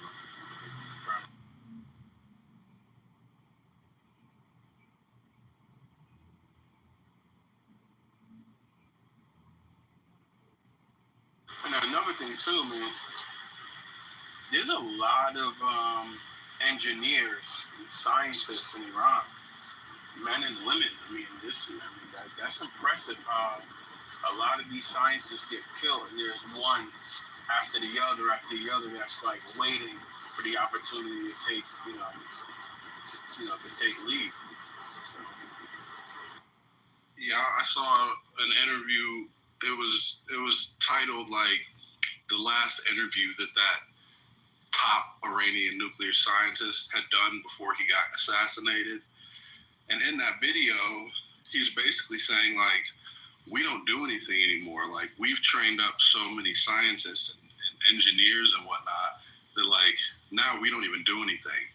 Like it's them who are in control. Like they basically like they got this now. Like I'm retired. So I don't even know how.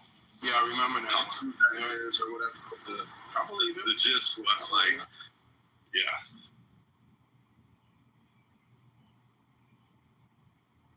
There was like a huge convention, I want to say a few months ago, where like some professors from different European countries were, at like a missile, like a showcase that Iran had, basically saying, listen, we have so many different ones. These are a lot of our old ones, our old technology. They were showing a bunch of hypersonic missiles.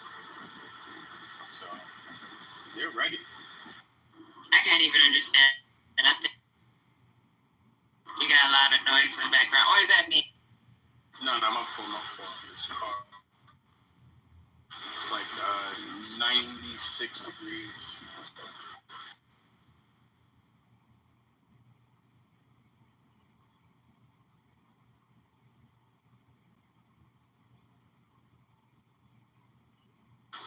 Tesla's a lot of shit.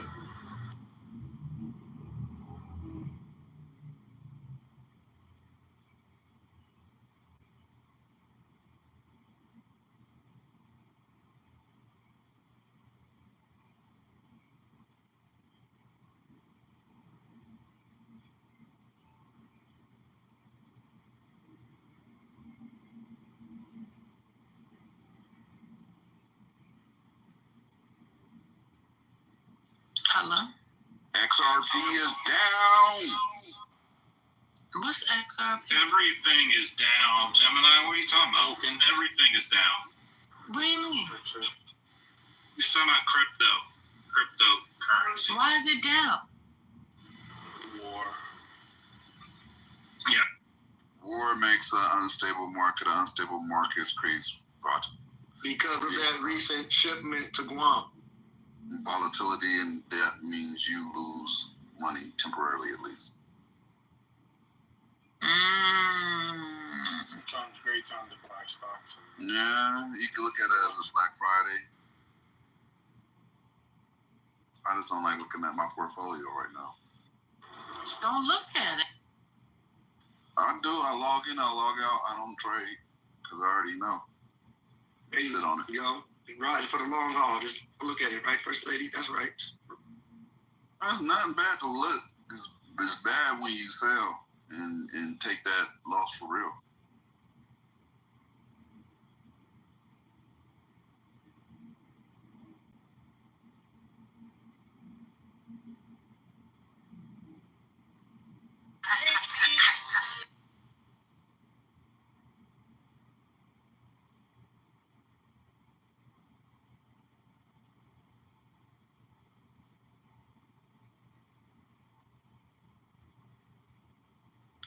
How's everyone doing this lovely Saturday?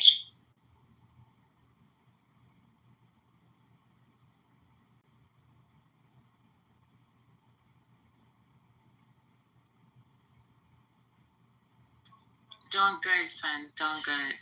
How are you, son? Good. I just left this food festival. Oh, really? How was that? It was nice. I ran into one of my good friends. I happened to walk in it, and what do I see? I see her and her son. So it's funny because I don't know a lot of people here, but I've known her since I was 15 years old.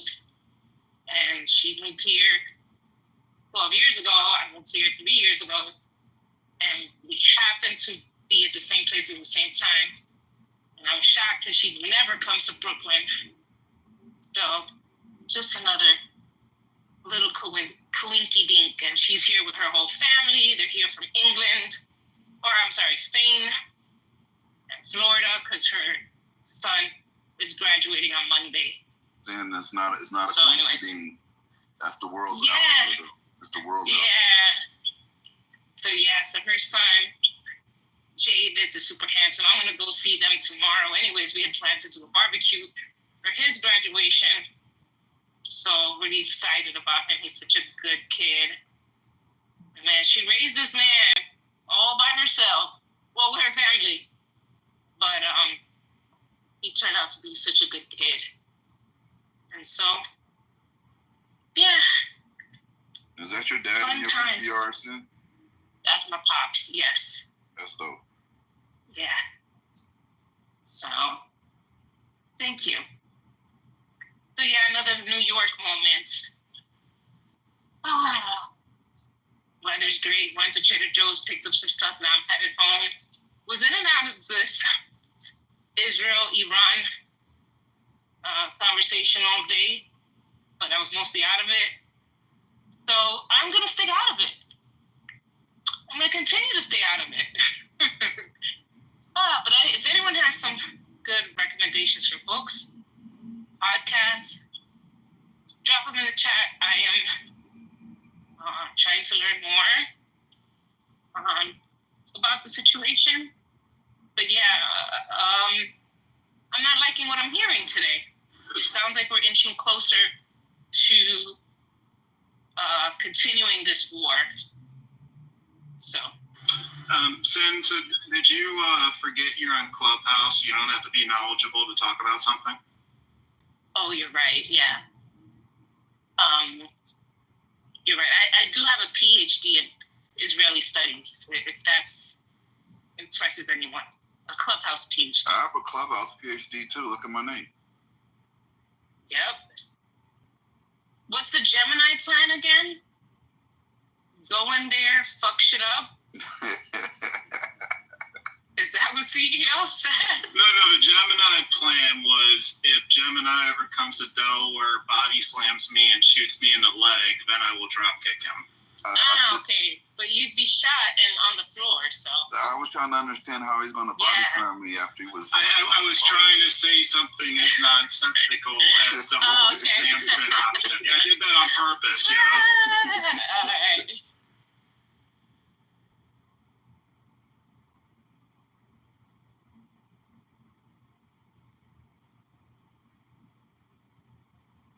You know, since we're not talking politics right now, I'll ask y'all this to get a woman's point of view real quick. Because my daughter and I were having a debate, and she's telling me because I have a penis, I don't know what I'm talking about, right? And we were debating in regards to. Yeah, I knew you were going to say that. That's sexist. That's also correct. But we were talking about a lady that unfortunately passed while her baby was, I think, only 2 months, and then they forced the family to take care of the baby, and they kept her alive as an incubator. And she's totally against it. She feels like it's this exploitation of a woman, and that there's a racial element involved, right? That basically they're kind of experimenting on her, and then forcing the family to take the bill, which that aspect I get, the bill part. But I was thinking, and I can't speak as a woman, obviously, but I was thinking if I was a woman, hypothetically, I would want my baby to live even if I couldn't, right? And I kind of agreed with the medical staff from that viewpoint, aside from the billing portion. So that was the debate. Well, hold on, because it's not agreeing with the medical staff or disagreeing with them. There's a law in place, an anti-abortion law is. So I don't think the medical staff didn't really get into the ethical debate of it. It was more so they would have gotten sued under the abortion law had they pulled the plug.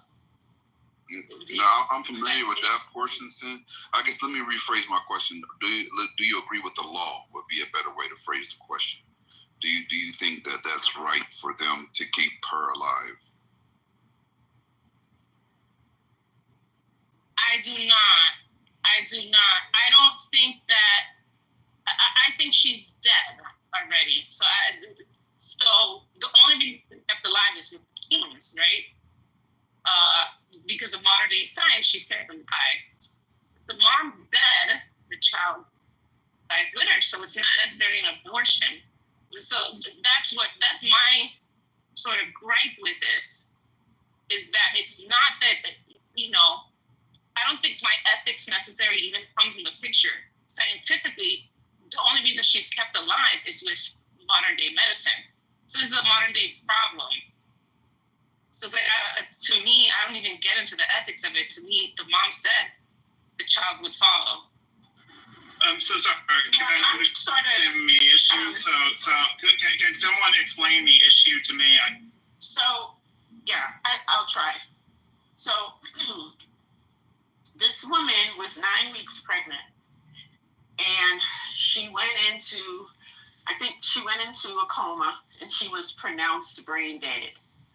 And the mother, and I think at the time that the child's father, but don't quote me on that part. The child's father also, you're right. Keep going. Yeah, okay.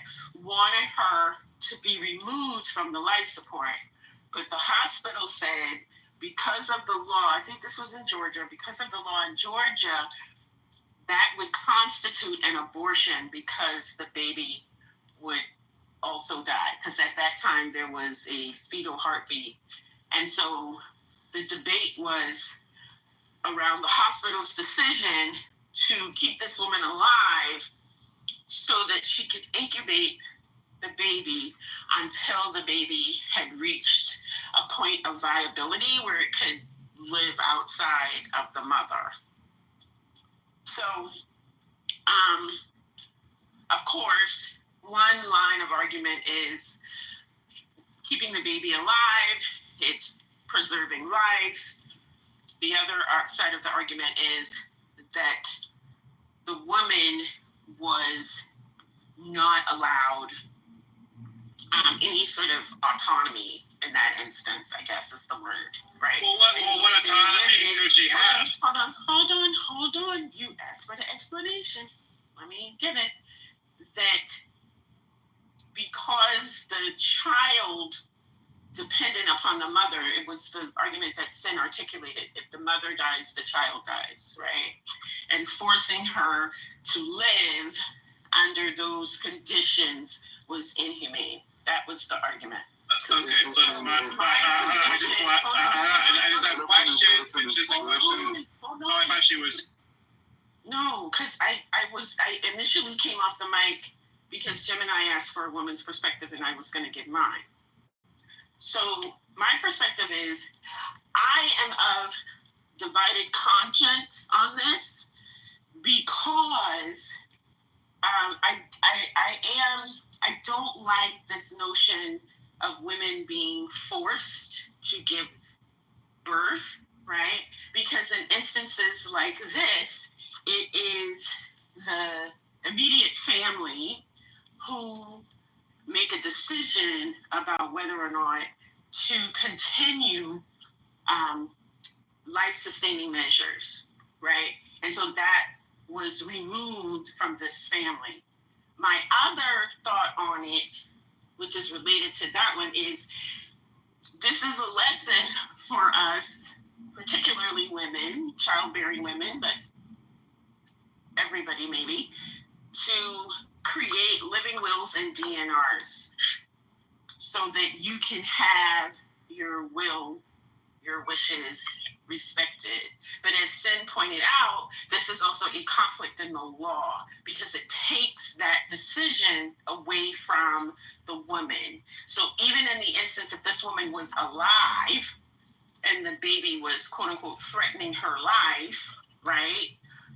There's no guarantee that she would be allowed, as we have seen in cases in both Texas and Georgia, to terminate this pregnancy because of these heartbeat laws. So I think there are a couple of issues that this case brings to light. So Gemini, that would be what I would say. So there's an underlying issue here, though, that I just wanted to ask you about that, Luigi. How do we know a woman wouldn't have wanted the kid to continue on? Like, I don't know how we're getting into her autonomy. But yeah, that's my point. It's a 50-50, right? So how does her autonomy come into? CEO, this is but the thing is that usually in these circumstances, it's the living relative, right? So the next of kin makes the decision on behalf of their relative. So you become the voice or the spokesperson for that person. And inherent in that is the assumption, sometimes false, that there have been conversations around this. So if it were my sister, I would know like what my sister's wishes are. So they come to me and they say, what do you want to do about this? I contemplate it, I talk to Jesus, and then I make a decision. So the debate is less around the woman's autonomy than it is around an institution deciding to take extra measures to sustain her life, not for the chance that she's going to get better, right, and have an improved quality of life, but solely for the purposes of keeping a child alive. CEO, look, she was very excited about having that baby. Very. She's a nurse, right? She already had a 6-year-old daughter, right? And she was going around trying to get medical attention because she was having, I think it was headaches prior to that. Correct. Right? So she was definitely excited about it. So in my opinion, from what I know of her, right, the limited things I do know of her, it would align with her being willing to still try to conceive if she's not there. And I also, and this is the portion where my daughter said I was being insensitive, because she already knows I'm very pro-women's rights. I raised her to be the same, right? But this is where her pushback was. I don't think it caused any trauma to her, or that she was put through anything, because she's literally brain dead. She doesn't feel or think. She's not there anymore. Her spirit has departed. You know what I mean? Well, the only difference to that though would be, I'm sorry, Patty. Go ahead. The only counter to that is the reason they performed the emergency C-section was because she started having difficulties. She's gurgling and having issues, and so they performed the emergency C-section. And I honestly don't know that we know enough about the brain to know when people stop experiencing pain. Never come back. Told us, right? So it's something that's it's an ambiguity in science as well. So, I mean, I don't know. Go ahead, Patty. Say, what about possible trauma to the fetus? The thing is, everybody want to save a baby, but they don't know what. No, who's gonna take care of the baby? Or like what? Like your oxygen levels, are they lower? Like, does it affect the baby's brain? Does it affect its development? Like, they're saying that it's healthy, but they're also saying other things too. You know what I'm saying? They monitor. One thing I do know is they monitor the oxygen levels. That's easily monitorable, right? They know that for sure. But for me, what would be deeper is the baby experiences everything that a mom experiences, right? Her emotions, what she eats, like everything that mom experiences translates to the baby. So I was wondering how that would impact her, because you're dealing with a mom that's not the baby, that's not nurturing the baby, that's not interacting with other people in the way that a normal person would. So the baby's not hearing or experiencing any of those elements. And it makes me wonder if there will be any developmental issues later on that the baby would experience from that. I mean, I still think that Dr. AG made the most salient point, which is who's making the call, right? If someone in my family had this situation befall them, knock on wood, it's an obvious tragedy, and my family said, let her go, and the hospital said, no, we've decided against that because, some whatever reason, whether it's law or some liability thing or something, I would be livid. And I think I'd be absolutely right to be livid. Like, next of kin should absolutely make this tragic, horrific decision. It should not be a matter for the state or a hospital or anyone else to decide on something like that. Especially when we're not talking about like a in the moment judgment call. We're talking about a long, what was it, months? That they kept her on life support. Months. Yeah, that's crazy. Like it has to be the family's call. It has to be. Like anything else is completely inhumane. Like we could have like a deeper ethical conversation after that. If you were the family member, what would be the right choice to make? And that's hard and complex, and it's not like there's a lot of history of it because modern medicine is the only thing making this possible. But like to me, that initial question is very, very plain, and I don't think we can get past that without agreeing on that.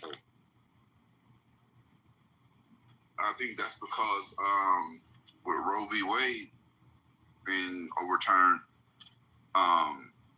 that puts it back into the state's power to be able to make that decision, and they determined once they were able to locate a heartbeat on that baby that this would be technically air quotes an abortion if they were to terminate her life and take her off of life support.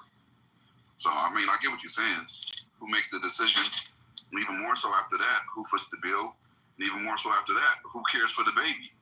Because you forced a life, now you forced a breathing bill onto somebody, and gave them. That has to be a significant cost associated with them caring for her this long for months on end, you know? So that part doesn't feel fair at all. But that's in line with the anti-abortion quote unquote philosophy, right? The value or the quality of life is considered like in fetal personhood, but general standard quality of life, right? We don't support children. We don't provide women who are, for whatever reason, not capable of on their own sustaining maternity, right? Which isn't just pregnancy, but maternity, the nurturing and caring for and mothering of a child.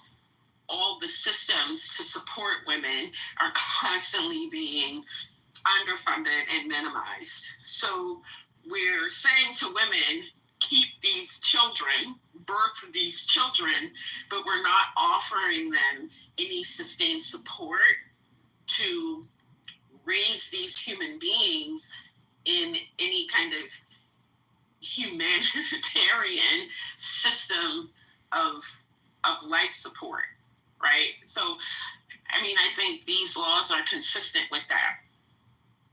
Babies matter until they're born, institutionally and legally speaking. That makes sense. I don't think they're going to keep the family on hook for the bill, from what I understand, though. I don't think they're going to be on hook for the bill. However, I think they are going to be the primary caregiver. Yeah, and God forbid, as Patty was mentioning. Oh, sorry. They are going to have to pay the bill. Are they? Because they're saying private insurance, and that her family is unlikely in Medicaid. So the baby insured. No, the mother's insurance. The mother's insurance initially, they said that's what they're going after. Right. What you say, Patty? Yeah. I can't hear you. You were breaking up at the end just now. Your insurance doesn't recognize the baby till it's born, right? And then is there what are the additional fees that they're gonna have to pay? Because I don't know how civilian insurance goes, but I know some people say they have a cap, right? I don't know.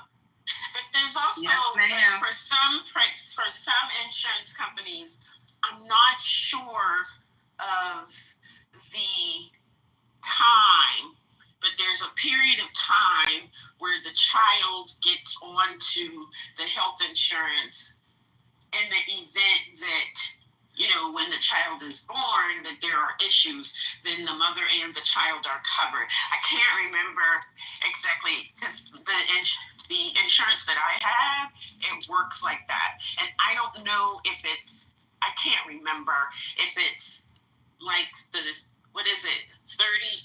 I don't know if it's like 38 weeks. I can't your baby could be born at 38 weeks. Yeah, so I don't understand the question. I can't remember if it's like 36 or 38, where then the child gets written onto the coverage. As soon as the child is born, it's automatically covered under the Right. Yeah, no, when but I it's think born. it is 36 that you're talking about because of premature. Yeah. So premature wouldn't count, and then 36 and up, or is it 37 and up? Yeah, because I'm trying to remember. I'm trying to remember because in the insurance that we have at my job, they had that. So when you're pregnant. Sorry. So when you're pregnant. We're talking about the lady that carried the baby. Yes. Right, we're talking about that. So I thought when you die. Hold on for a minute, Sin. So firstly, what I'm talking about is because I had to navigate this, and I can't. It's been a really long time, so I can't remember. But there is a period before the birth of the child where you put the unborn baby gets covered by the insurance, because then it protects the child for birth complications.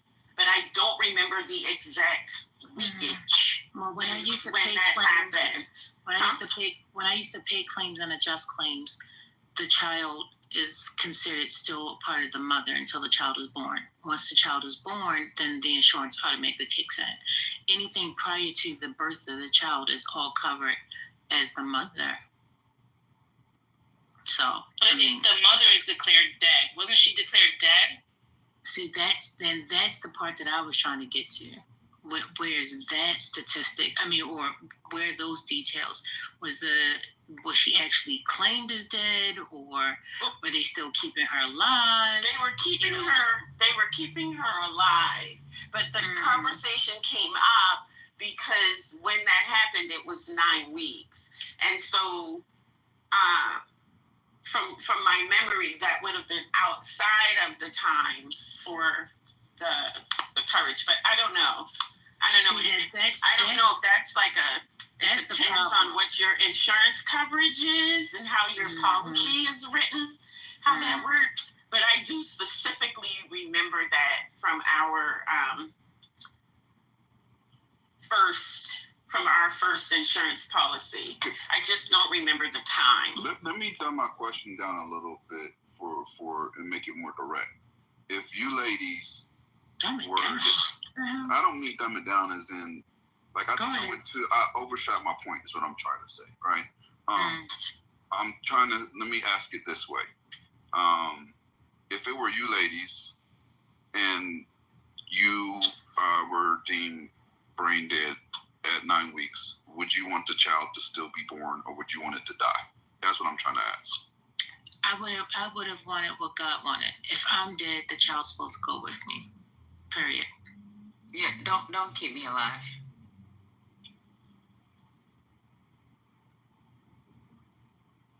I third that. And fourth. Wow. You know, I get what you're saying. I guess in your eyes, you're like, okay, I'm already dead. Why would I want my kid to be dead? Right. That's how you think of it. Right. Yeah. And you're entitled to think that way. And many women will think that way. There's probably a percentage of women. I've heard a lot of women say the opposite of what y'all said. I've heard a lot. Yeah, and I agree with that, right? Because people don't have the same mind. However, you know, because, you know, I'm a sci-fi person and I think towards the future, you know, what if I decided, you know, I wanted to donate my organs, right? And what if one day someone decides, hey, you can donate to be a carrier? So there's a scenario that people could just keep women's bodies alive just to produce children. How do you feel about that? I don't like that. But look, let me explain to you this way, right? And it's not going to be the same. And let me just preface my statement with that, right? If it's me and my child, and I know that, you know, I have to go for that child to live, or I'm going to go anyway and keep me alive indefinitely so the child can live. It wouldn't even be a question. There's nothing to talk about. Like, keep me alive so the child can live. But I think that depends on what your moral and ethical principle is, right? And everybody has a different grounding. So like First Lady said, you know, there's a reason why women are given the primary responsibility for bearing children. And in considering that as a sort of the religious imperative around that, right? The nurture is my responsibility. And if for some reason I'm unable to fulfill that responsibility, then it ends, right? Like that's just one perspective, right? But I think, how do I want to say? I think that the idea that this being exists inside of a woman's body and that the woman does that labor, I think it orients women to think about it in different ways. It doesn't mean that all women are going to agree, but that experience of carrying this life positions a woman to feel a particular way about it. So in the same way that women differ on their decisions to have children, right? I think women will differ on this. So Dr. Agee, let me go ahead and read some of the issues this is some of the real world impact on her cases. So during the pregnancy, the fetus developed hydrocephalitis. Syphilitis. Syphilitis, okay. Right now there's future neurological and physical development that is going to be a problem, that could possibly be a problem for the baby. During the months that she was on life support, she had infections, metabolic changes, and hormone failures. And hydrocephalitis for people. Isn't that about to come It's literally like Gina's graduation. Sorry. Yeah. What is going on? I don't think she knows she's so Melissa, her mom. Okay, so hydrocephalitis is water on the brain. Right, so remember they were talking about that. I think it was this month. I'm very familiar with that. It says, this case starkly illustrates the medical, ethical, and logistical obstacles. So there is an actual study of women that were women that this has happened to before, right? So 35 cases, but this was during the third trimester. And of the 35 cases, only 12 of these children survived. So are you finished with the statistics? Yep. I think the details matter here. Usually I'm not into the details, but she's 9 weeks, which means that this embryo is very, very, very small, which means that the body itself has to do a lot to continuously form this. At this point, the forming of this embryo, or the continuation of it, is all manufactured. It's not of God. And it's something different, like if she was, 21 weeks, you got a lot more parts, and then it's like, okay, all we got to do is keep giving her oxygen and things. It really disturbs me at the 9-week period of time. This lady should have been way well gone. And the impact that it also had on their family. To see your child who is never going to come back still living here as if it was a machine. Just that thought alone is just weird to me.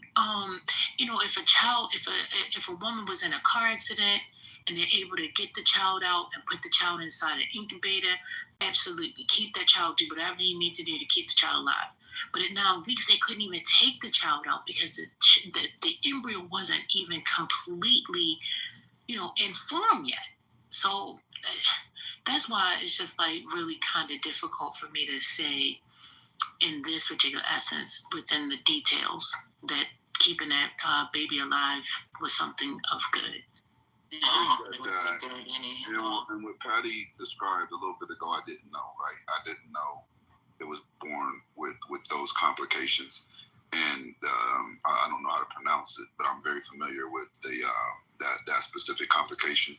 They will never lead a normal life, even if they live, and most don't live. Yeah. Right. Currently that baby has had, they said, so what it's saying is the brain hemorrhages. I guess the baby's name is Chance. So reported in Chance's case have been brain hemorrhages. They've been dealing with respiratory distress because of the lungs being undeveloped. They said this is going to be a longer than regular NICU stay. Weeks that it should be. Let me move the goalpost just a little bit, right? So if the baby, let's say it was 5 months, right? Which means it's a lot more developed than 9 weeks, right? Would y'all still have the same sentiment as far as not letting it see it through? Let's say 6 months. So that's why I brought up the cases that said there was 35 cases. There were 35 cases. Matter of fact, I'm going to put it in the chat. They said there was 35 cases where, and they were in their third trimester, and only 12 of those children survived. That reminds me of, as a reader, right? And this is going to sound weird because I'm about to compare children to dogs, but I'm going to do it. There are certain times when the mother gives birth and she nudges the baby to the side. And as a breeder, I've been breeding for a long time. I know not to try to save that pup and spend a ton of money at the vet because it's going to have some internal developments or underdevelopment that I can't see with the mom senses. So it's not even worth saving at that point, as bad as that sounds, right? And it kind of sounds like that's what you guys are saying. Like it's already going to be so many issues that it's not worth seeing it all the way through just for that element alone, because it's not going to live a normal, healthy human life. My thing is simply getting in the way of what God planned. If I was supposed to die, I was supposed to die, and the baby's supposed to die with me. Period. Like, you manufacturing something in a lab and then keeping this baby alive. The baby was born like what is it? I forgot. 1 pound or something like that. 1 pound. Yeah, like, come on. I just think that's just, I don't know. I don't see the humanity in it. It just seems more like a science project. Let's see how we can stretch this. Let's see if we can really make it amazing and all that. I'm glad my daughter cannot hear y'all right now because she'd be on my head right now. Yeah, this is an experiment. Gemini, we started out by saying that she was right already. No, I caught that. Believe me. Mel, where did you go? You must have been somewhere on your daggone burner. Come here, Mel. Mel outside. Exactly. She outside playing. Hello. Get out the playground. Where you been at another? Your point, they barbecuing and they ain't even invited me. That's just wrong. Going over there. I know. If I wasn't going to the dog park, I would have gone right over there with my lawn chair. But that's when you gotta ask them. First lady, your point. Are you barbecuing? Ask them a rhetorical question. Your point is a good like that's one of the things, right? Like the whole thing of bioethics. It's one part, but then there's this there's this religious or spiritual aspect of it too, because if you consider the child to be a human, right? If you consider the child personhood, right, then there's an obligation to treat that person or to recognize the humanity of that person and to have some sort of humane approach to the decision making on their behalf.